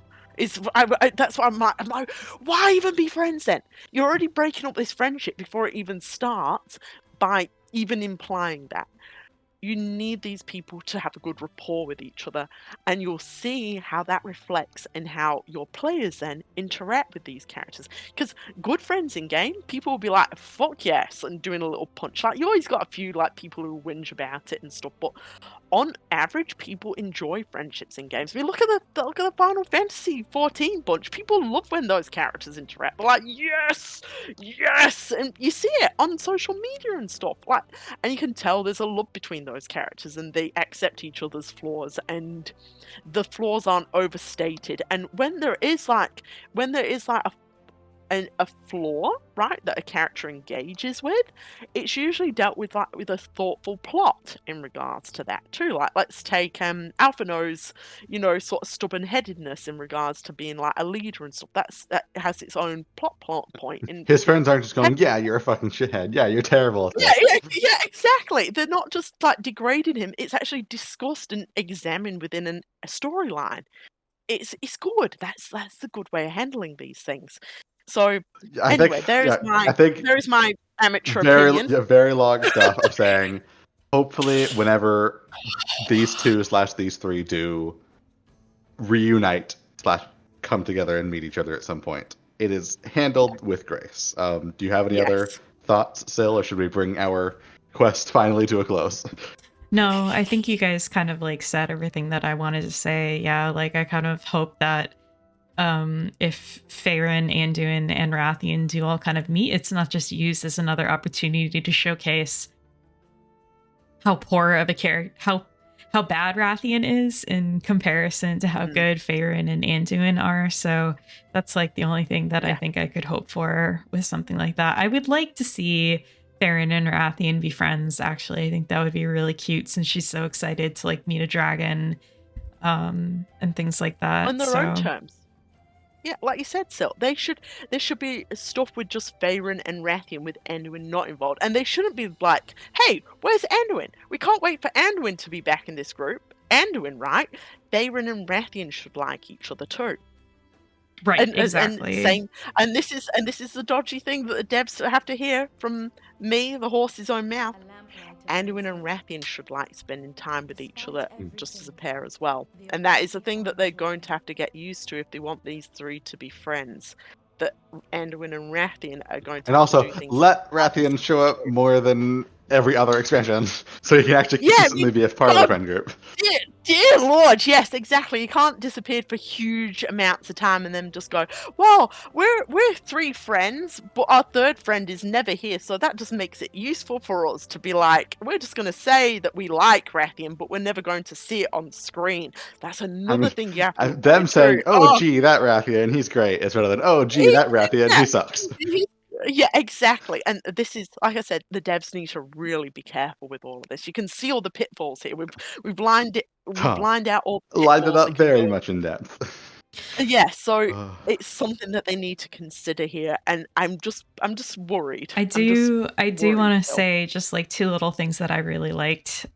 This is like not really that in depth, but I do really like the little comment about how Anduin like is friends enough with Rathian that he would know that, or he would think that a game would be more suited to Rathian's taste. I thought that was like a really cute detail. It's a nice callback to the conversation they had about Jihui, about how the purpose of that one was for everyone to win. But even Rathian, in his ultimate goal of helping everyone, he does have that desire to come out on top in some ways. He has a competitive streak, like they might have Farron exploited does. that in the wrong ways in Dragonflight, but yes, Anduin is absolutely right. He would love this game far more because it is a very clear one wins, one loses. Right, and in contrast to Dragonflight, Farron also has that competitive streak. She loves this game, but that's not seen as like a bad thing, or it's not portrayed as a flaw for her, at least not yet. You know, it's a very endearing character trait. Yeah, and then like the back other then in Miss Pandaria, it was an endearing character trait too. It was just a fun